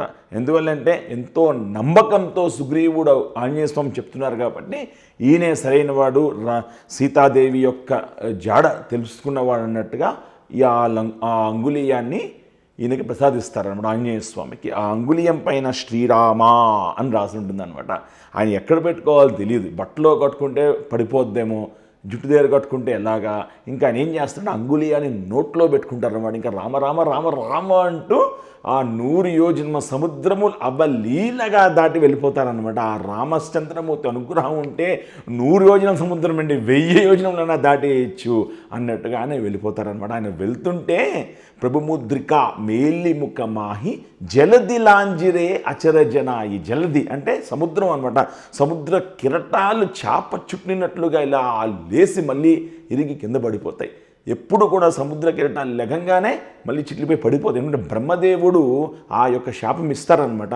నీకు శక్తి ఉందా అని పొంగకూడదు, ఎంత పొంగావో అంత విరిగిపోయి కింద పడిపోవాలన్నమాట. అది అక్కడ చెలిమి కట్ట పెడతాడు బ్రహ్మదేవుడు. అదేవిధంగా ఎవరైతే వివాహం చేసుకుంటాడో అతను కూడా బ్రహ్మదేవుణ్ణి ఆహ్వానించి ధర్మేచ అద్దేచ కామేచ నాతి జనామి అంటారనమాట. ధర్మం నందు కానీ, అర్థం నందు కానీ, కామం నందు కానీ నేను నిన్ను అధిగమించను అని చెప్తారనమాట. సో ప్రభుముద్రిక మేలిముఖమాహి జలది లాంజిరే అచరజ నాయి. 20వ శ్లోకం చెప్పుకుందాము. दुर्गम काज जगत के जेते सुगामनुग्रह तुमरे ते. దుర్గమ కాజ ఎన్ని కష్టాలన్నీ కూడా సునాయాసంగా వెళ్ళిపోతారనమాట ఆంజనేయ స్వామి వారు. ఆయన ఎప్పుడైతే బయలుదేరతారో మహేంద్రగిరి పర్వతం పైన బయలుదేరంగానే ఆయనకి ఎన్ని అడ్డంకులండి. మైనాక పర్వతం లేసిపోద్ది. మైనాక పర్వతం లేచి కాస్త విశ్రాంతి తీసుకుని వెళ్ళమంటుందన్నమాట. ఆయన ఎక్కడ కూడా ఆగరు, మైనాక పర్వతాన్ని క్రాస్ని వెళ్ళిపోతారు. సురస నాగమాత వచ్చేస్తుంది, తన టెస్టింగ్ అనమాట. నాగమాత సురస వస్తుంది, అక్కడ రామ కథ చెప్పి సురస నోట్లోకి దూరి బయటకు వచ్చి వెళ్ళిపోతారు. మధ్యలో సింహిక కనిపిస్తుంది, సింహిక యొక్క గుండె చీల్చి చంపేస్తారు. అదేవిధంగా లంకిని కనిపిస్తుంది, ఎడం చేత్తో ఒక్క దెబ్బ కొట్టి లంకిని తన శాప విమోచనం చేస్తారనమాట. అంటే దీన్ని బట్టి ఏంటంటే దుర్గమ కాజ జగత్తుకే జేతే, కష్టాలన్నీ కూడా దాటుకుంటూ అలా వెళ్ళిపోతూ ఉంటాయి. దుర్గమ కాజ జగత్తుకే జేతే సుగామనుగ్రహ తుమరేతే, సుఖంగా ఆ కష్టాలన్నీ కూడా దాటుకుంటూ వెళ్ళిపోతారనమాట. ఉట్టి బలం కాదండి, అక్కడ ఏంటంటే ఆయన ఎవరు మంచి వాళ్ళు ఎవరు చెడ్డవాళ్ళు, ఎక్కడ ఆగాలి ఎక్కడ ఆగకూడదు, ఎవరిని కూడా ఇబ్బంది పెట్టకుండా ఎంత చక్కగా వెళ్ళిపోయారో చూడండి. కాబట్టి దుర్గమ కాజ జగత్తుకే జేతే సుగామనుగ్రహ తుమరే తేతే. 21వ శ్లోకం చెప్పుకుందాము. రామ్ ద్వారే తుమరే కవారే హోతన ఆజ్ఞా బిను పైసారే. రామచంద్రమూర్తి ద్వారం దగ్గరే ఆంజనేయ స్వామి ఉంటారనమాట. ఎవరు వస్తున్నారు ఎవరు వెళ్తున్నారు ఎవ్వరూ కూడా ఆంజనేయ స్వామి ఆజ్ఞ లేందే లోపలికి వెళ్ళలేరు అనమాట. వెళ్ళలా కూడా హైరావన్ వారు వస్తున్నారని చెప్పేసి విభీషణుడు చెప్తాడనమాట. అప్పుడు ఆంజనేయ స్వామి వారు ద్వారం దగ్గర పంచముఖాలతో నిలబడి ఉంటారనమాట. ఈస్ట్ వైపు ఆంజనేయ స్వామి మొహము ఈస్ట్ వైపు చూస్తూ ఉంటుంది, వెస్ట్ వైపు గరుడ మొహం చూస్తూ ఉంటుందన్నమాట, సౌత్ వైపు నరసింహస్వామి మొహం చూస్తూ ఉంటుందన్నమాట, నార్త్ వైపు వరహాల స్వామి మొహం చూస్తూ ఉందన్నమాట, ఆకాశం వైపు హయగ్రీవ స్వామి మొహం చూస్తూ ఉంటుందన్నమాట. ఆ విధంగా పంచముఖాలతోటి ఆంజనేయ స్వామి చూస్తూ ఉంటారనమాట. ఎవ్వరూ రాకుండాను. అయినా కానీ హైరావణుడు విభీషణుడు వేషంలో వచ్చి రామ లక్ష్మణుల్ని తీసుకెళ్ళిపోతారు. పాతాళలోకంలోకి మళ్ళీ ఆంజనేయ స్వామి వెళ్ళి వాళ్ళతో అక్కడ ఆయన రక్షించి తీసుకొస్తారనమాట. సో ఎవరైనా కానీ రామచంద్రమూర్తి దగ్గరికి వెళ్ళాలంటే ముందుగా ఆయన ద్వారం దాటే వెళ్ళాలన్నమాట. ద్వారే తుమ్రెక్కవారే హోతన ఆజ్ఞ బినుపై సారే. 22వ శ్లోకము. सब सुख लहरी तुम्हारी शरणा तुम रक्षः काहो हो डरना. ఆంజనేయ స్వామి అనుగ్రహం ఉంటే అన్ని సుఖాలే అనమాట. సబ సుఖ లహరి తుమ్హారీ శరణ తుమ్మ రక్షః కాహో హో డరణ. భయం అనేదే ఉండదు అనమాట. ఎవరైనా నా భక్తుడికి ఆపద వస్తుంది అంటే ఒక్కరోజు ముందే వారికి సరిపడా అన్నీ కూడా సమకూరుస్తూ ఉంటారనమాట. ఆపదామహత్తారం దాతారం సర్వసంపదాం లోకాభిరామం శ్రీరామం భూయో భూయో నమామ్యహం. నా భక్తుడికి ఆపద వస్తుందంటే ఒకరోజు ముందే ఆయన వాళ్ళకి ఏం కావాలో అన్నీ కూడా సమకూరుస్తూ ఉంటారనమాట. రామరాజ్యములో 11,000 సంవత్సరాలు రామచంద్రమూర్తి ఈ భూమండలాన్ని పరిపాలించినప్పుడు ఎందరూ కూడా సుఖశాంతులతో ఉండేవారు అనమాట. వేళ్ళకి వర్షాలు కురుస్తూ ఉండేవి, ధన ధాన్యాలతో ఉండేది. ఎక్కడా కూడా పెద్దవాళ్ళు ఉండగా చిన్నవాళ్ళు మరణించడం అటువంటివి ఏమీ కూడా అయ్యేవి కాదనమాట. అంత చక్కగా పరిపాలిస్తూ ఉండేటువంటి వారు అనమాట. ఆయన యొక్క అనుగ్రహం ఉంటే సబసుక లహరి తుమ్హారీ శరణ తుమ రక్షః కాహో హో డరణ. ఎటువంటి కష్టాలు లేకుండా ఎల్లవేళలా కూడా అందరూ కూడా సుఖంగా ఉంటారు ఆ దేవదేవుడి యొక్క అనుగ్రహం ఉంటే. 23వ శ్లోకం చెప్పుకుందాము. आपन तेज समारो आपै दीनो लोक हम तके कांपै. మహానుభావుడు ఆంజనేయ స్వామి యొక్క తేజస్సు చూసి 3 లోకాలు కూడా ఆశ్చర్యపోతారనమాట. ఎప్పుడు ఎలా ప్రకాశిస్తుందో తెలియదనమాట ఆయన యొక్క తేజస్సు. ఒకానొక సమయంలో ఆయన సీతమ్మ తల్లిని కలిసినప్పుడు శిశుపావృక్షం దగ్గర ఆయన అంటారనమాట, అమ్మా నువ్వు నా భుజం మీద వచ్చేస్తే నేను ఎత్తుకుని నేను తీసుకెళ్ళిపోతాను రామచంద్రమూర్తి దగ్గరికి అంటారు. వానర బుద్ధి పోగొట్టుకున్నావు కాదు నాయన, నువ్వు ఉన్నది ఇంత, నువ్వు నన్ను అలా ఎక్కించుకోగలుగుతావు అనగానే ఒక్కసారిగా మిగిలిన పర్వతంలా పెరిగిపోతాడనమాట. ఆంజనేయ స్వామి అలా పెరిగిపోతూ ఉంటే తల్లి అంటది, శాంతించవయ్యా హనుమా, నీ యొక్క రూపం తెలుసు, నాకు శాంతించు అంటదన్నమాట. అందరూ తట్టుకోలేరు. ఆ తల్లి సీతమ్మ తల్లి, అమ్మల్ని కన్నా అమ్మ, ఆది పరాశక్తి, జగజ్జనని, బాల త్రిపుర సుందరీదేవి ఆ తల్లి సీతమ్మ తల్లి తప్ప ఆయన యొక్క స్వరూపాన్ని తట్టుకోగలిగిందనమాట. ఒక్కసారి శాంతించింది ఆయన అని చెప్పుద్దనమాట. ఆ విధంగా ఆయన యొక్క తేజస్సుని 3 లోకాలు కూడా తట్టుకోలేవన్నమాట. అంత మహా తేజస్సు గలటువంటి వారు ఆంజనేయ స్వామి వారు. ఆపన తేజసమారోవాపై దీనో లోక అంటే 3 లోక, పాతాళ లోకము, భూలోకము, ఆకాశలోకము, అన్ని లోకాల్లోనూ కూడా ఎప్పుడు ఎక్కడ ఏ విధంగా ఎలా ప్రకాశించాలో ఆ విధంగా ప్రకాశిస్తూ ఉంటారనమాట. ఆపన తేజసమారోవాపై దీనో లోక హంతకే కాంపై. 24వ శ్లోకం చెప్పుకుందాము. భూత పిశాచ నికట నహి आवै महावीर जब नाम सुनावै. భూత పేత పిశాస సాకిని డాకిని గాలి శబ్దాలు కూడా జోలికి రావు ఎప్పుడైతే మహావీర్ అనేటువంటి యొక్క నామం వింటాయో ఇవన్నీ కూడా పారిపోతాయి అన్నమాట. ఇవన్నీ ఎక్కడెక్కడో ఉండవండి, ఇవన్నీ మనలోనే ఉంటాయి. ఇంతకుముందు ఏంటంటే రాక్షసులు వేరే చోట ఉండేవారు, ఆ విధంగా నరులు వేరేవారు, దేవతలు వేరే చోట ఉండేవారు. ఇప్పుడు ఏంటంటే మనిషిలోనే రకరకాల ప్రవర్తన పట్టి సమయం పట్టి వచ్చేస్తూ ఉంటుందన్నమాట. మనం ఎప్పుడైతే ఆ కోపం పెరుగుతూ ఉంటుందో మనిషికి, ఆ కోపం క్రోధం కింద మారినప్పుడు ఆ కోపం క్రోధం కలిసి మనము భూత పేత పిశాచ లాగా ప్రవర్తిస్తూ ఉంటాం అన్నమాట.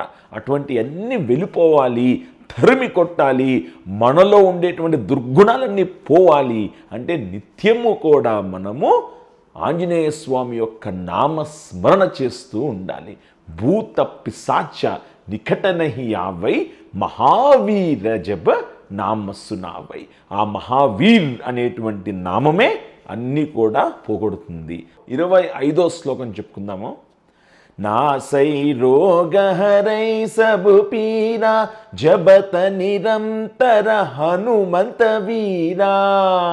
ఎవరైతే ఆంజనేయ స్వామి యొక్క నామాన్ని స్మరణ చేస్తూ ఉంటారో రోగాలు కూడా నశించిపోతూ ఉంటాయన్నమాట. రోగాలు అనేవి జోలికి రావు. ఒకవేళ రోగాలు ఉన్నా కానీ అవన్నీ కూడా నశించిపోతూ ఉంటాయి, తగ్గిపోతూ ఉంటాయి. అంత శక్తి నామస్మరణకు ఉంటుంది. ఎక్కడెక్కడైతే రామనామం చెప్తామో అక్కడక్కడ ఆంజనేయ స్వామి వారు వాళ్ళని కాపాడుతూ ఉంటారనమాట. ఒకానొక రోజునంటండి ఒక గురువుగారు ఉండేవారంట. ఆ గురువుగారి దగ్గర ఒక ఆయన శిష్యరికం చేశారు. 12 సంవత్సరాలు శిష్యరికం చేశారనమాట. అయితే రేపు చెప్తానంట గురువుగారు, నాయనా రేపు వస్తే నీకు ఒక అద్భుతమైన మంత్రం చెప్తాను, ఆ మంత్రంతో నువ్వు సమస్త లోకాన్ని జయించచ్చు అని చెప్తారంట. ఏదో గురువుగారు నాకేదో ఒక కొత్త మంత్రం చెప్తా అన్నారండి, ఆ మంత్రం నేను సమస్త లోకాన్ని జయించచ్చంట, ఆ మంత్రం ఏంటో చూస్తానని చెప్పేసి ఆయన నెక్స్ట్ డే పొద్దున్నే వచ్చి తలస్నానం చేసి పొద్దున్నే తయారీ వస్తారంట. గురువుగారు ఏదో మంత్రం చెప్తా అన్నారు అనేసి. అయితే గురువుగారు చెప్తారంట, నాయనా ఆ మంత్రం శ్రద్ధగా అయిను, శ్రీరామ జయ రామ జయ జయ రామ. ఇదే నాయన మంత్రం అంటారంట. ఏంటిది? 12 సంవత్సరాలు శిష్యరికం చేస్తే ఏదో మంత్రం చెప్తారండి, ఏదో పెద్ద మంత్రం చెప్తాను అనుకుంటే ఆయన శ్రీరామ జయ రామ జయ జయ రామ అనే మంత్రం చెప్పి దీంతో సమస్త లోకాన్ని జయించవచ్చు అని చెప్పారు అని చెప్పి అలా బాధపడుతూ వెళ్తూ ఉంటాడంట. అలా వెళ్ళగా వెళ్ళగా దారిలో ముష్టి వాళ్ళు అడుక్కుంటారంట, శ్రీరామ జయ రామ జయ జయ రామ అనేదేంటిది ముష్టి వాళ్ళు అడుక్కుంటున్నారు, ఇటువంటి మంత్రమా మా గురువుగారు నాకు చెప్పింది అని బాధపడుతూ ఉంటాడంట. సరే అని అలా వెళ్తూ ఉండగా ఎవరో చనిపోయారంట. ఆ సభ మోసుకుని వెళ్తూ వాళ్ళు శ్రీరామ్ జై రామ్ జై జై రామ్ శ్రీరామ్ అని, అదే ఏంటిది సవాల్ మంత్రం చెప్పారు గురువుగారు అని గురువుగారి పైన కోపంతో ఆగ్రహంతో గురువుగారి దగ్గరికి వెళ్ళి అడుగుదామని చెప్పేసి వెళ్ళాడంట. ఆ గురువుగారు గమనించారంట, గేటు తీయడమే చాలా ర్యాష్గా కోపంతో అలా గేటు తీశారంట. సరే అని చెప్పేసి, నాయనా నువ్వు నాకు ఒక చిన్న సహాయం చేసి పెట్టాలని చెప్పారంట గురువుగారు. సరే ఏదో సహాయం అడుగుతున్నారంట గురువుగారు. ఏంటి స్వామి అంటే, ఒక రాయి ఇచ్చి ఈ రాయ బజార్లో అమ్మకు, నాకు అర్జెంటుగా డబ్బులు అవసరం ఉన్నాయి, ఈ రాయ బజార్లో అమ్మకం, ఈ ఎక్కడ 2-3 చోట్లకి వెళ్ళి ఎంత వస్తుంది కొనుక్కుని రా అని చెప్పారంట. సరే అని చెప్పేసి ఆ రాయి తీసుకుని వెళ్ళి అలా అలా వెళ్ళగా ఒక పాన్ షాప్ కనిపించిందంట. ఆ పాన్ షాప్ తీసుకెళ్ళి రాయి అడగా, ఈ రాయి చాలా బాగుంది, సుందరంగా ఉంది, పేపర్లో ఎగిరిపోకుండా పెట్టుకోవడానికి బాగుంటుంది, ఒక 20 రూపాయలు ఇస్తాను ఆయన అని చెప్పారంట. సో సరే అని చెప్పి గురువుగారు ఏమైనా అమ్మొద్దన్నారు, కొనుక్కున్నామన్నారు. సరే అని చెప్పి అదే రాయి తీసుకెళ్ళి అలా వెళ్ళగా మెడికల్ రిప్రజెంటేటివ్స్ ఉంటారంట ఒక ఆఫీస్కి వెళ్ళి అదే రాయి ఇచ్చాడంట. ఆ రాయి తీసుకెళ్ళి ఓకే ముందు పెడితే బాగుంటుంది, రిప్రజెంటేటివ్స్ ఎవరైనా వస్తే మాట్లాడితే కూడా చాలా బాగుంటుంది కదా, సరే నాయన ఈ రాయి నేను ఒక 200 రూపాయలు ఇస్తాను అన్నారంట. అక్కడ 20 రూపాయలు, 200 రూపాయలు. సరే అదే రాయి తీసుకెళ్ళి అలా అమ్మద్దన్నారు కదా గురువుగారు, అదే రాయి తీసుకెళ్ళి అలాగా వెళ్తూ ఒక బెంటెక్ షాప్కి వెళ్తాడంట. వెళ్ళి అదే రాయి ఇస్తాడంట. చూస్తే ఈ రాయి బాగుంది, ఈ రాయి మధ్యలో బంగారం మధ్యలో ఈ రాయి పెట్టి ఇలా చేస్తుంటే మంచి రేట్ వస్తుంది, సరే నేను ఒక్క 20,000 ఇస్తా అన్నారంట. ముందు 20 రూపాయలు, 200 రూపాయలు, 20,000 అదే రాయికి. కానీ గురువుగారు అమ్మద్దన్నారు. సరే అని చెప్పేసి అదే రాయి తీసుకెళ్ళి చెట్టు చివరి ఇంకొక డైమండ్ షాప్కి వెళ్తాడంట.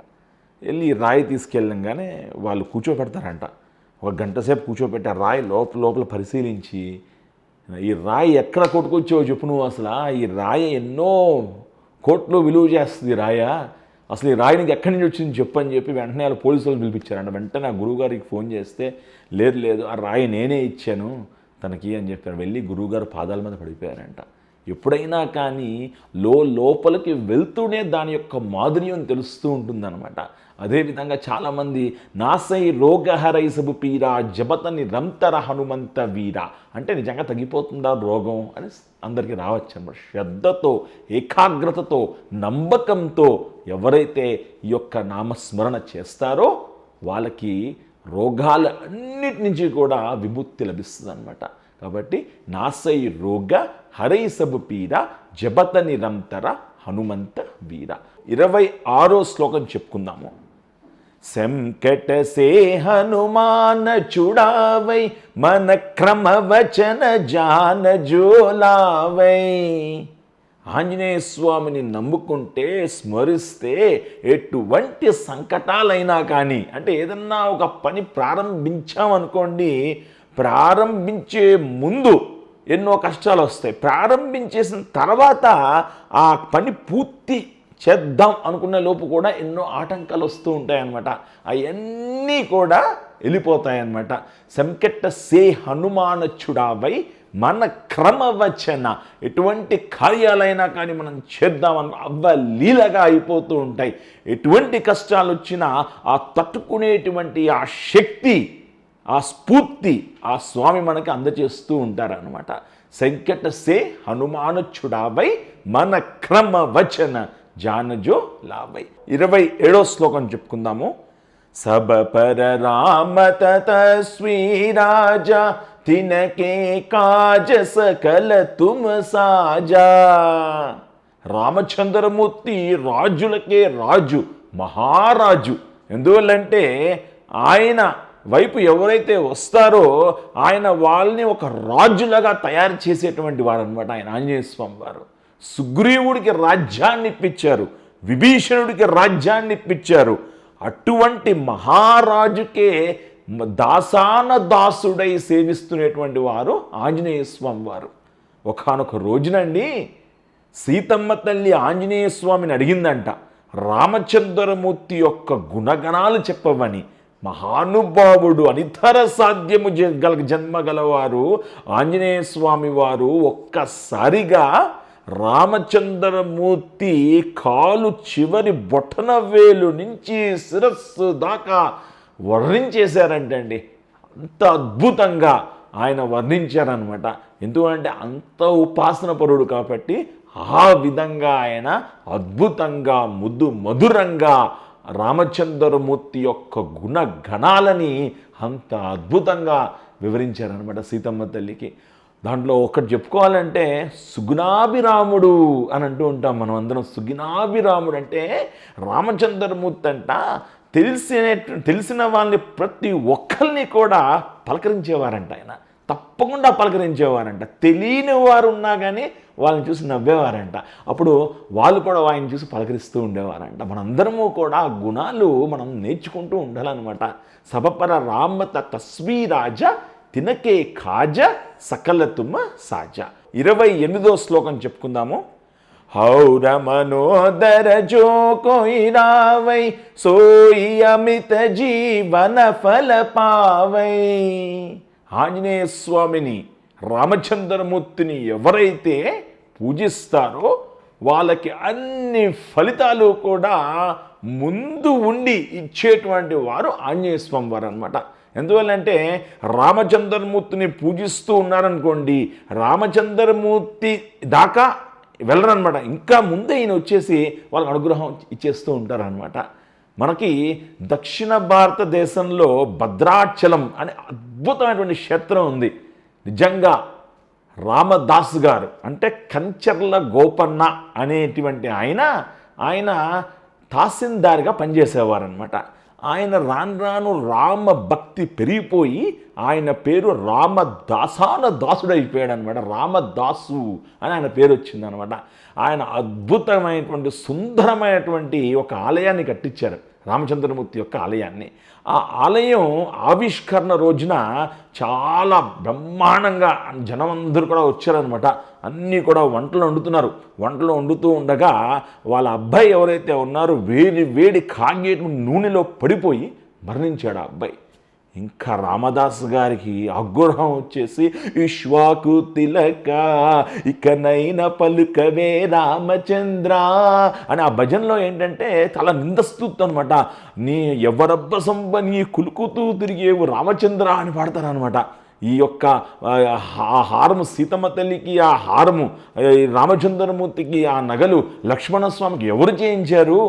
మీ ఫాదర్ ఇలా చేయించారు అన్నట్టుగా ఆయన పాట పాడుతుంటే ఒక్కసారిగా విని ఆంజనేయ స్వామి వారు పంచముఖి ఆంజనేయ స్వామి ఆ బాలు యొక్క పంచ ప్రాణాలు కాపాడతారనమాట. అందరూ కూడా లేసి ఆశ్చర్యపోతూ ఉంటారనమాట. హౌర మనోదర జోకోయి రావై సోయి అమిత జీ వనఫల పావై. ముందు ఆంజనేయ స్వామే ముందు వచ్చి కాపాడుతూ ఉంటారు. రామచంద్రమూర్తిని ఎవరన్నా పూజించినా కానీ వరం ఇచ్చేది మాత్రం ముందు ఆంజనేయ స్వామి వారేనమాట. 29వ శ్లోకం చెప్పుకుందాము. चारो युग परताप तुम्हारा है परसिद्ध जगत उजियारा. 4 యుగాల్లోనూ కూడా ధర్మాన్ని కాపాడడంలో ముందు ఉండేటువంటి వారు ఆంజనేయ స్వామి. త్రేతాయుగంలో కానివ్వండి, త్రేతాయుగంలో కానివ్వండి, ద్వాపరయుగంలో కానివ్వండి, కలియుగంలో కానివ్వండి, ఎక్కడైతే అధర్మం అవుతుందో అక్కడ ఉగ్ర రూపములో వచ్చి ఆ అధర్మాన్ని సంహరించి ధర్మాన్ని కాపాడడంలో ఎల్లవేళలా కూడా ముందు ఉండేటువంటి వారు, ముందు ఉండి నడిపించేటువంటి వారు ఎవరైతే ఉన్నారా అంటే అది స్వామి ఆంజనేయ స్వామి వారు అనమాట. చారో యుగపర తాప తుంహార హైపర సిద్ధ జగత ఉద్యాన. చిరంజీవి అయి సప్త చిరంజీవులను మనం చెప్పుకుంటూ ఉంటాం అనమాట. హస్వద్దామ, బలి, వ్యాసుడు, విభీషణుడు, హనుమంతుడు, కృపాచార్యుడు, పరశురాముడు వీళ్ళు పుట్టుకతోటే చిరంజీవి తత్వాన్ని పొందినటువంటి వారు అన్నమాట. సప్త చిరంజీవులు వీళ్ళు ఎల్లవేళలా కూడా ధర్మాన్ని కాపాడడంలో అన్ని యుగాలు కూడా ఉంటూ మన యొక్క సనాతన హైందవ ధర్మాన్ని ముందుకు వెళుతూ కొనసాగుతూ ఉండడానికి కాపాడుతూనే ఉంటారనమాట. 30వ శ్లోకం చెప్పుకుందాము. साधु संकते तुमरे कवारे असुर निकंदन राम दुलारे. సాధులు సంతులు సాధు సంతులు ఎవరైతే ఉన్నారో వాళ్ళని ఎల్లవేళలా కూడా ఆంజనేయ స్వామి వాళ్ళని కాపాడుతూనే ఉంటారనమాట. ఎవరైతే సాధులను సంతులను హింసిస్తారో, గౌరవించరో, హింకపరుస్తారో వాళ్ళందరూ కూడా కటిక బాధలను అనుభవిస్తూ ఉంటారనమాట. కాబట్టి ఎప్పుడూ కూడా మనం పక్కటి వాళ్ళని, ప్రతి ఒక్కరిని కూడా సాధుల్ని సంతుల్ని అనేటువంటి అందరినీ కూడా మనం గౌరవిస్తూ ఉండాలి.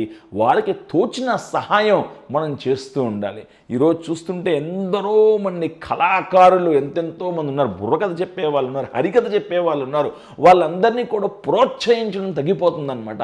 మనందరము కూడా మన యొక్క భావి తరాలకి తెలపాల్సినవి ఏంటంటే మన యొక్క సాధులు సంతులు వాళ్ళందరూ అందరూ కూడా ఋషులు మునులు ఎన్నో తపస్సులు చేసి మన యొక్క ధర్మాన్ని కాపాడడంలో వాళ్ళు ముందడుగు వేస్తూ మనందరికీ కూడా ఆదర్శంగా ఎంతెందో మహానుభావులు ఉన్నారనమాట.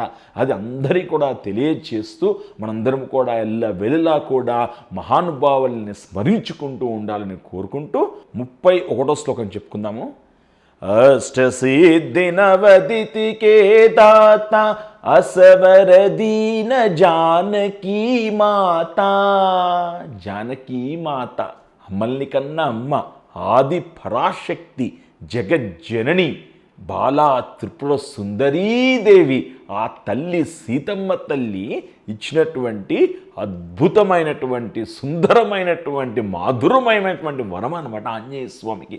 అష్టసిద్ధులు అంటే బుద్ధి, బలం, యశో, ధైర్యం, నిర్భయత్వం, అరోగతాం, అగాఢ్యం, వాక్పటుత్వం చ హనుమత్ స్మరణాభవేత్. ఎవరైతే తిరణ శుద్ధిగా శ్రద్ధతో ఏకాగ్రతతో ఆ ఆంజనేయ స్వామి వారిని స్మరిస్తారో వాళ్ళకి అష్టసిద్ధులు, నవనిధులు. అంటే నవనిధులు అంటే మనం తలుచుకున్నప్పుడల్లా పెద్దగా అయిపోవడం, పొట్టుగా అయిపోవడం, అవి కూడా వస్తారనమాట. కానీ అవి మనకి రావు. మనకి ఆంజనేయ స్వామికి పూజించేటువంటి వారికి వచ్చేంటే అష్టసిద్ధులు. అదేంటంటే బుద్ధి, మంచి బుద్ధి, బలం, బలం అనమాట. బుద్ధి, బలం. యశో అంటే యశస్సు, ధనం, ధనధాన్యాలు. బుద్ధి, బలం, యశో, ధైర్యం, ధైర్యంగా ఉండడం. ఇప్పుడు దేనికి కూడా భయపడకూడదు అనమాట. ధైర్యంగా ఉండడం. బుద్ధి, బలం, యశో, ధైర్యం. నిర్భయత్వం, నిర్భయత్వం అంటే దేనికి కూడా భయం అనేది లేకుండా ధైర్యంగా ఉండడం. నిర్భయత్వం. అరోగతాం అంటే రోగాలకి పడివడం, కానీ రోగం లేకుండా ఎప్పుడు కూడా ఆరోగ్యంతో, సంపూర్ణమైన ఆరోగ్యంతో ఉండడం అనమాట. అగాఢ్యం అంటే గ్రాస్పింగ్ పవర్, పల్స్ రీచ్ చేస్తాం. ఎదుటి మనిషి మంచివాడా చెడ్డవాడా ఒక 5 నిమిషాలు మాట్లాడితే చెప్పగలుగుతాం అనమాట. ఆ యొక్క గ్రాస్పింగ్, అగాఢ్యం, జడత్వం లేకుండా ఉండడం అనమాట. వాక్పటుత్వం చ చక్క వాక్కుదారి, చక్కగా మాట్లాడగలుగుతాం అనమాట. ఇది ఆంజనేయ స్వామిని పూజించే వాళ్ళకి వస్తుందన్నమాట. బుద్ధి, బలం, యశో, ధైర్యం, నిర్భయత్వం, అరోగతాం, అగాఢ్యం, వాక్పటుత్వం చ హనుమత్ స్మరణాభవేత్. ఎవరైతే ఆంజనేయ స్వామిని మనస్ఫూర్తిగా పూజిస్తారో, జ్ఞానిస్తారో, స్మరిస్తారో వాళ్ళకి ఇవన్నీ కూడా వస్తాయన్నమాట. అష్టసిద్ధినౌ దితికే దాత ఆసవరదీన జానకీ మాత. 32వ శ్లోకం చెప్పుకుందాము. రామరసాయన తుమరే పాసా సదా రహో రఘుపతి కే దాసా. ఆంజనేయ స్వామి వారు ఎప్పుడైతే రామచంద్రమూర్తి పట్టాభిషేకం అయిపోతుందో అందరికీ ఉచ్చులందరికీ కూడా ఏదో ఒక వరం ఇచ్చి వెళ్ళిపోతూ ఉంటారనమాట. అందరూ కూడాను ఆంజనేయ స్వామి రాగానే రామచంద్రమూర్తి నీకు ఏమి ఇవ్వగలను, నేను నా దగ్గర అంతా అయిపోయింది, ఇప్పుడు ఏమీ లేవంటే నీ దగ్గర అద్భుతమైనటువంటి శక్తివంతమైనటువంటి పేరుంది స్వామి, రామా, ఆ నామం నాకు కావాలి స్వామి అని చెప్తారంట. అప్పుడు రామచంద్రమూర్తి అంటారంట, మర్కతా ప్రక్తుమ్యాస్తి యావన్లోకే హరీశ్వర అనేసి. ఎంతకాలము ఈ భూమండలం పైన రామనామం స్మరిస్తారో, కీర్తిస్తారో, జ్ఞానిస్తారో, రామ కథ పఠనం చేస్తారో అక్కడక్కడ నువ్వు ఉండి వాళ్ళని కాపాడుతూ ఉంటావు అనేసి చెప్తారనమాట. కాబట్టి ఈజ్ ఎలెక్సర్ ఆఫ్ రామనామం అనమాట. రామనామం ఎక్కడైతే ఉంటుందో అక్కడ మనందరికీ కూడా గుర్తొచ్చేటువంటి వారు తప్పకుండా ఉండేటువంటి వారు ఎవరైతే ఉన్నారా అంటే అది ఆంజనేయ స్వామి వారు అనమాట. రామరసాయన తుమరే పాస సదారహో రఘుపతికే దాస్త. దాసాన దాసుడైపోయాడు రామచంద్రమూర్తికి అనమాట. రోమం కూడా రామ రామ అనేటువంటి యొక్క నామాన్ని ఇంక చేసుకుని రామరసం అనేటువంటి విధంగా elixir of Ramachandramurthy లాగానమాట. Elixir of Sriramachandramurthy ఆ యొక్క నామాన్ని ఆయన రోమంలో కూడా నింపుకుని వెళ్ళలా కూడా ఈ భూమండలంలో ఎక్కడెక్కడ రామనామం పలుకుతారో, ఎక్కడెక్కడ రామనామం ఉచ్చరిస్తారో, ఎక్కడెక్కడ పఠనం చేస్తారో, శ్రవణం చేస్తారో అక్కడక్కడ ఆంజనేయ స్వామి వారు వస్తారు. ఆంజనేయ స్వామి వారు వచ్చారంటే మంగళకరం, చనిపోయేటువంటి వాళ్ళు కూడా బతుకుతారనమాట. అంత శక్తివంతమైనటువంటి వారు ఆంజనేయ స్వామి. కాబట్టి రామ రసాయన తుమరే పాస సదారహో రఘుపతికే దాస. 33వ శ్లోకం మనందరం కూడా చెప్పుకుందాం. తుమరే భజన రామ కో పావై జన్మ జన్మకే దుఃఖ బిసరావై. ఆంజనేయ స్వామి వారు నిజంగా తులసీదాస్ గారు ఈ విధంగా వర్ణిస్తున్నారు ఆంజనేయ స్వామి వారిని. తుమ్మరే భజన రాముకో పావై. ఎవరైతే ఆంజనేయ స్వామి యొక్క కీర్తన చేస్తారో, భజన చేస్తారో వాళ్ళందరినీ కూడా ఆంజనేయ స్వామి రామ భక్తుడిగా మార్చేస్తారనమాట. ఎప్పుడైతే వాళ్ళు రామ భక్తులు అయిపోతారో వాళ్ళు ఎన్నో జన్మలు, ఈ జన్మ ఎత్తేది ఎందుకండి? మోక్షం రావడం, ఇంకో జన్మ లేకుండా ఉండడానికి జన్మ ఎత్తేది. కాకపోతే జన్మలు ఎత్తుకుంటూ దుఃఖాలు, కష్టాలు అన్నీ కూడా భరిస్తూ వెళ్ళిపోతూ ఉండేటువంటి వారు ఎప్పుడైతే ఆంజనేయ స్వామి యొక్క భజన చేస్తారో, కీర్తన చేస్తారో, స్మరణ చేస్తారో, పూజిస్తారో వాళ్ళందరినీ కూడా ఆంజనేయ స్వామి ఇంకో జన్మ లేకుండా ఆ రామచంద్రమూర్తిలో నీలమైపోయేటట్టు వరం ప్రసాదిస్తూ ఉంటారనమాట. తుమరే భజన రాముకో పావై జన్మలు యొక్క పాపం అంటే ఆ దుఃఖం లేకుండా తొలగించేస్తారనమాట. జన్మకి తుమ్మరో భజన రాముకో పావై జన్మకే దుఃఖ బిస్స రావై. సో అటువంటి దుఃఖాలను తొలగించి వాళ్ళందరినీ కూడా రామచంద్రమూర్తిలో ఐక్యమయ్యేటట్టు చేస్తారనమాట. 34వ శ్లోకం చెప్పుకుందాం. అంతకాల రఘువర పురజాహి జహా జన్మసే భక్త సంఘాయి. అంతకాల అంటే చివరి క్షణాలన్నమాట. ఎవరైతే కొద్ది క్షణాల్లో వాళ్ళ శ్వాస వదిలేస్తున్నారో అటువంటి వాళ్ళని కూడా రామచంద్రమూర్తి భక్తులుగా వాళ్ళు ఉండాలి అనేటువంటి కోణంలో ఆలోచిస్తూ ఆంజనేయ స్వామి వారు ఆ విధంగా కూడా వాళ్ళందరూ కూడా అంతకాలంలో చివరి క్షణాల్లో ఇంక ప్రాణం వదిలేస్తున్నాం అనేటువంటి ఆ పరిస్థితుల్లో కూడా రామనామాన్ని స్మరించినట్టు అవకాశం ఇస్తూ ఉంటారనమాట. జంబుమాలి ఎప్పుడైతే చనిపోతున్నాడో ఒక్కసారి గిర్ర తిప్పుతూ ఆయన రామ అని ప్రాణం వదిలేశాడు అనమాట. అదే అక్షయ కుమారుడు ఎప్పుడైతే ప్రాణం వదిలేస్తున్నారో ఆ పాదాలు పట్టుకుని గిర్ర తిప్పారు ఆంజనేయ స్వామి.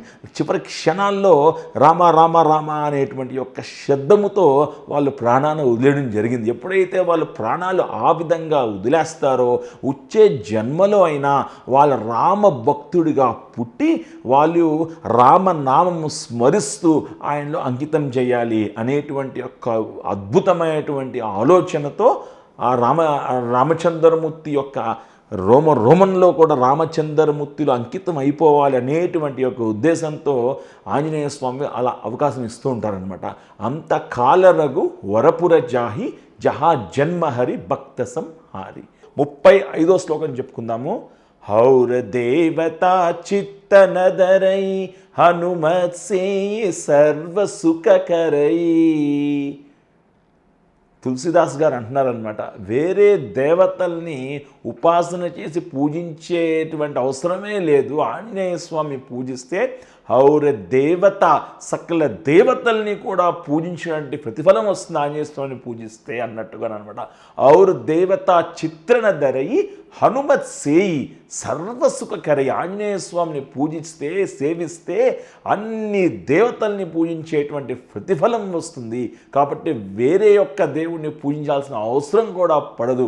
అంత శక్తివంతమైనటువంటి వారు రామ భక్తుడు, రామదూత, అంజనీ సుతుడైనటువంటి ఆంజనేయ స్వామి వారు. 36వ శ్లోకం చెప్పుకుందాము. సంకట హఠై మిఠై సబు పీరా జో సుమిరై హనుమంత బలవీరా. ఎవరైతే ఆంజనేయ స్వామి వారిని భక్తితో, ఆర్తితో, మనస్ఫూర్తిగా పూజిస్తారో వారి యొక్క సంకటాలన్నీ కూడా నశించిపోతాయన్నమాట. పీడలన్నీ కూడా పారిపోతాయన్నమాట.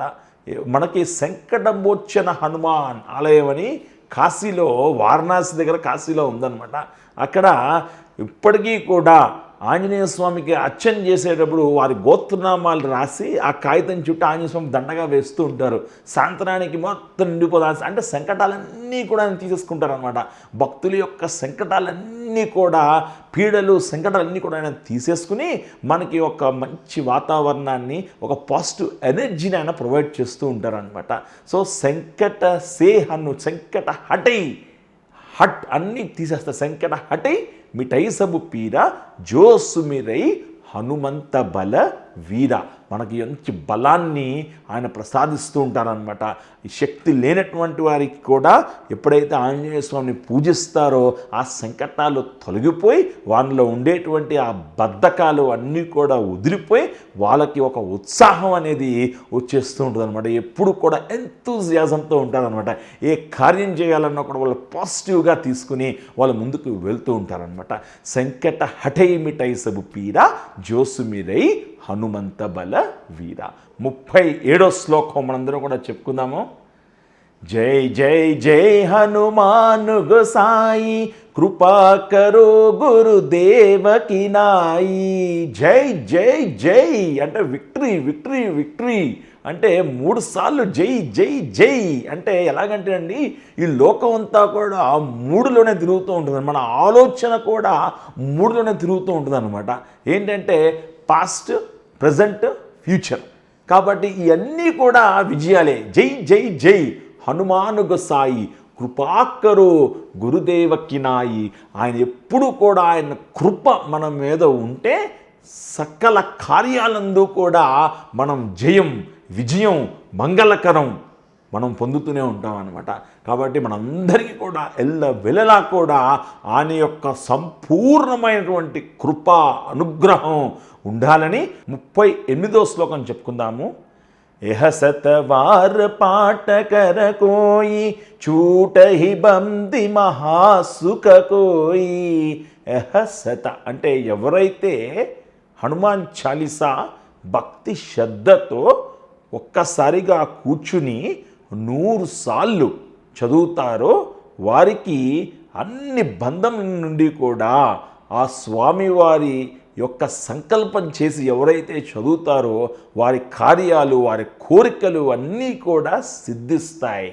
కాబట్టి యహ సతవార్ పాటకర కోయి, ఎవరైతే 100 సార్లు పాట్ అంటే చదువుతారో, యహ సతవార్ పాటకర కోయి, చూటహి బంది మహాసుఖ కాయ్, వాళ్ళన్నీ కూడా సుఖాలు అనుభవిస్తూ ఉంటారు. 39వ శ్లోకం మనం చెప్పుకుందాము.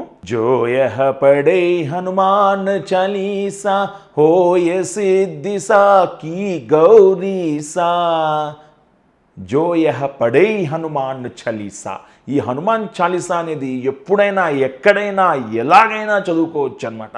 అంటే మనం పరిగెడుతూ కానివ్వండి, ఆఫీస్కి వెళ్తూ కానివ్వండి, కూర్చుని కానివ్వండి, ఏ విధంగా అయినా కానీ ఆయన పైన భక్తి శ్రద్ధ ఆయన పైన పెట్టి జోయహ పడై హనుమాన్ చాలీసా హోయ సిద్ధిసా కీ గౌరీసా, పార్వతీ పరమేశ్వరుల యొక్క అనుగ్రహం, సంపూర్ణమైనటువంటి అనుగ్రహం మన పైన ఉంటుందన్నమాట.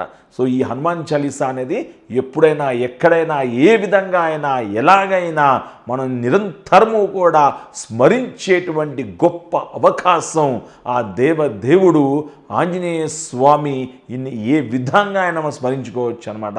ఆ అవకాశం మనకి మహానుభావుడు తులసీదాస్ గారు మనకందరికీ అందజేశారనమాట. జోయహ పడై హనుమాన్ చాలీసా హోయ సిద్ధిసా కీ గౌరీసా.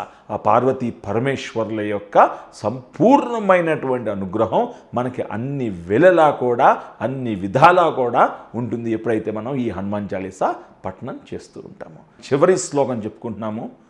తులసీదాస్ సదారి చేర క్రీజైనాథ్ హృదయ మహడేరా. తులసీదాస్ గారు మహానుభావులు అనమాట.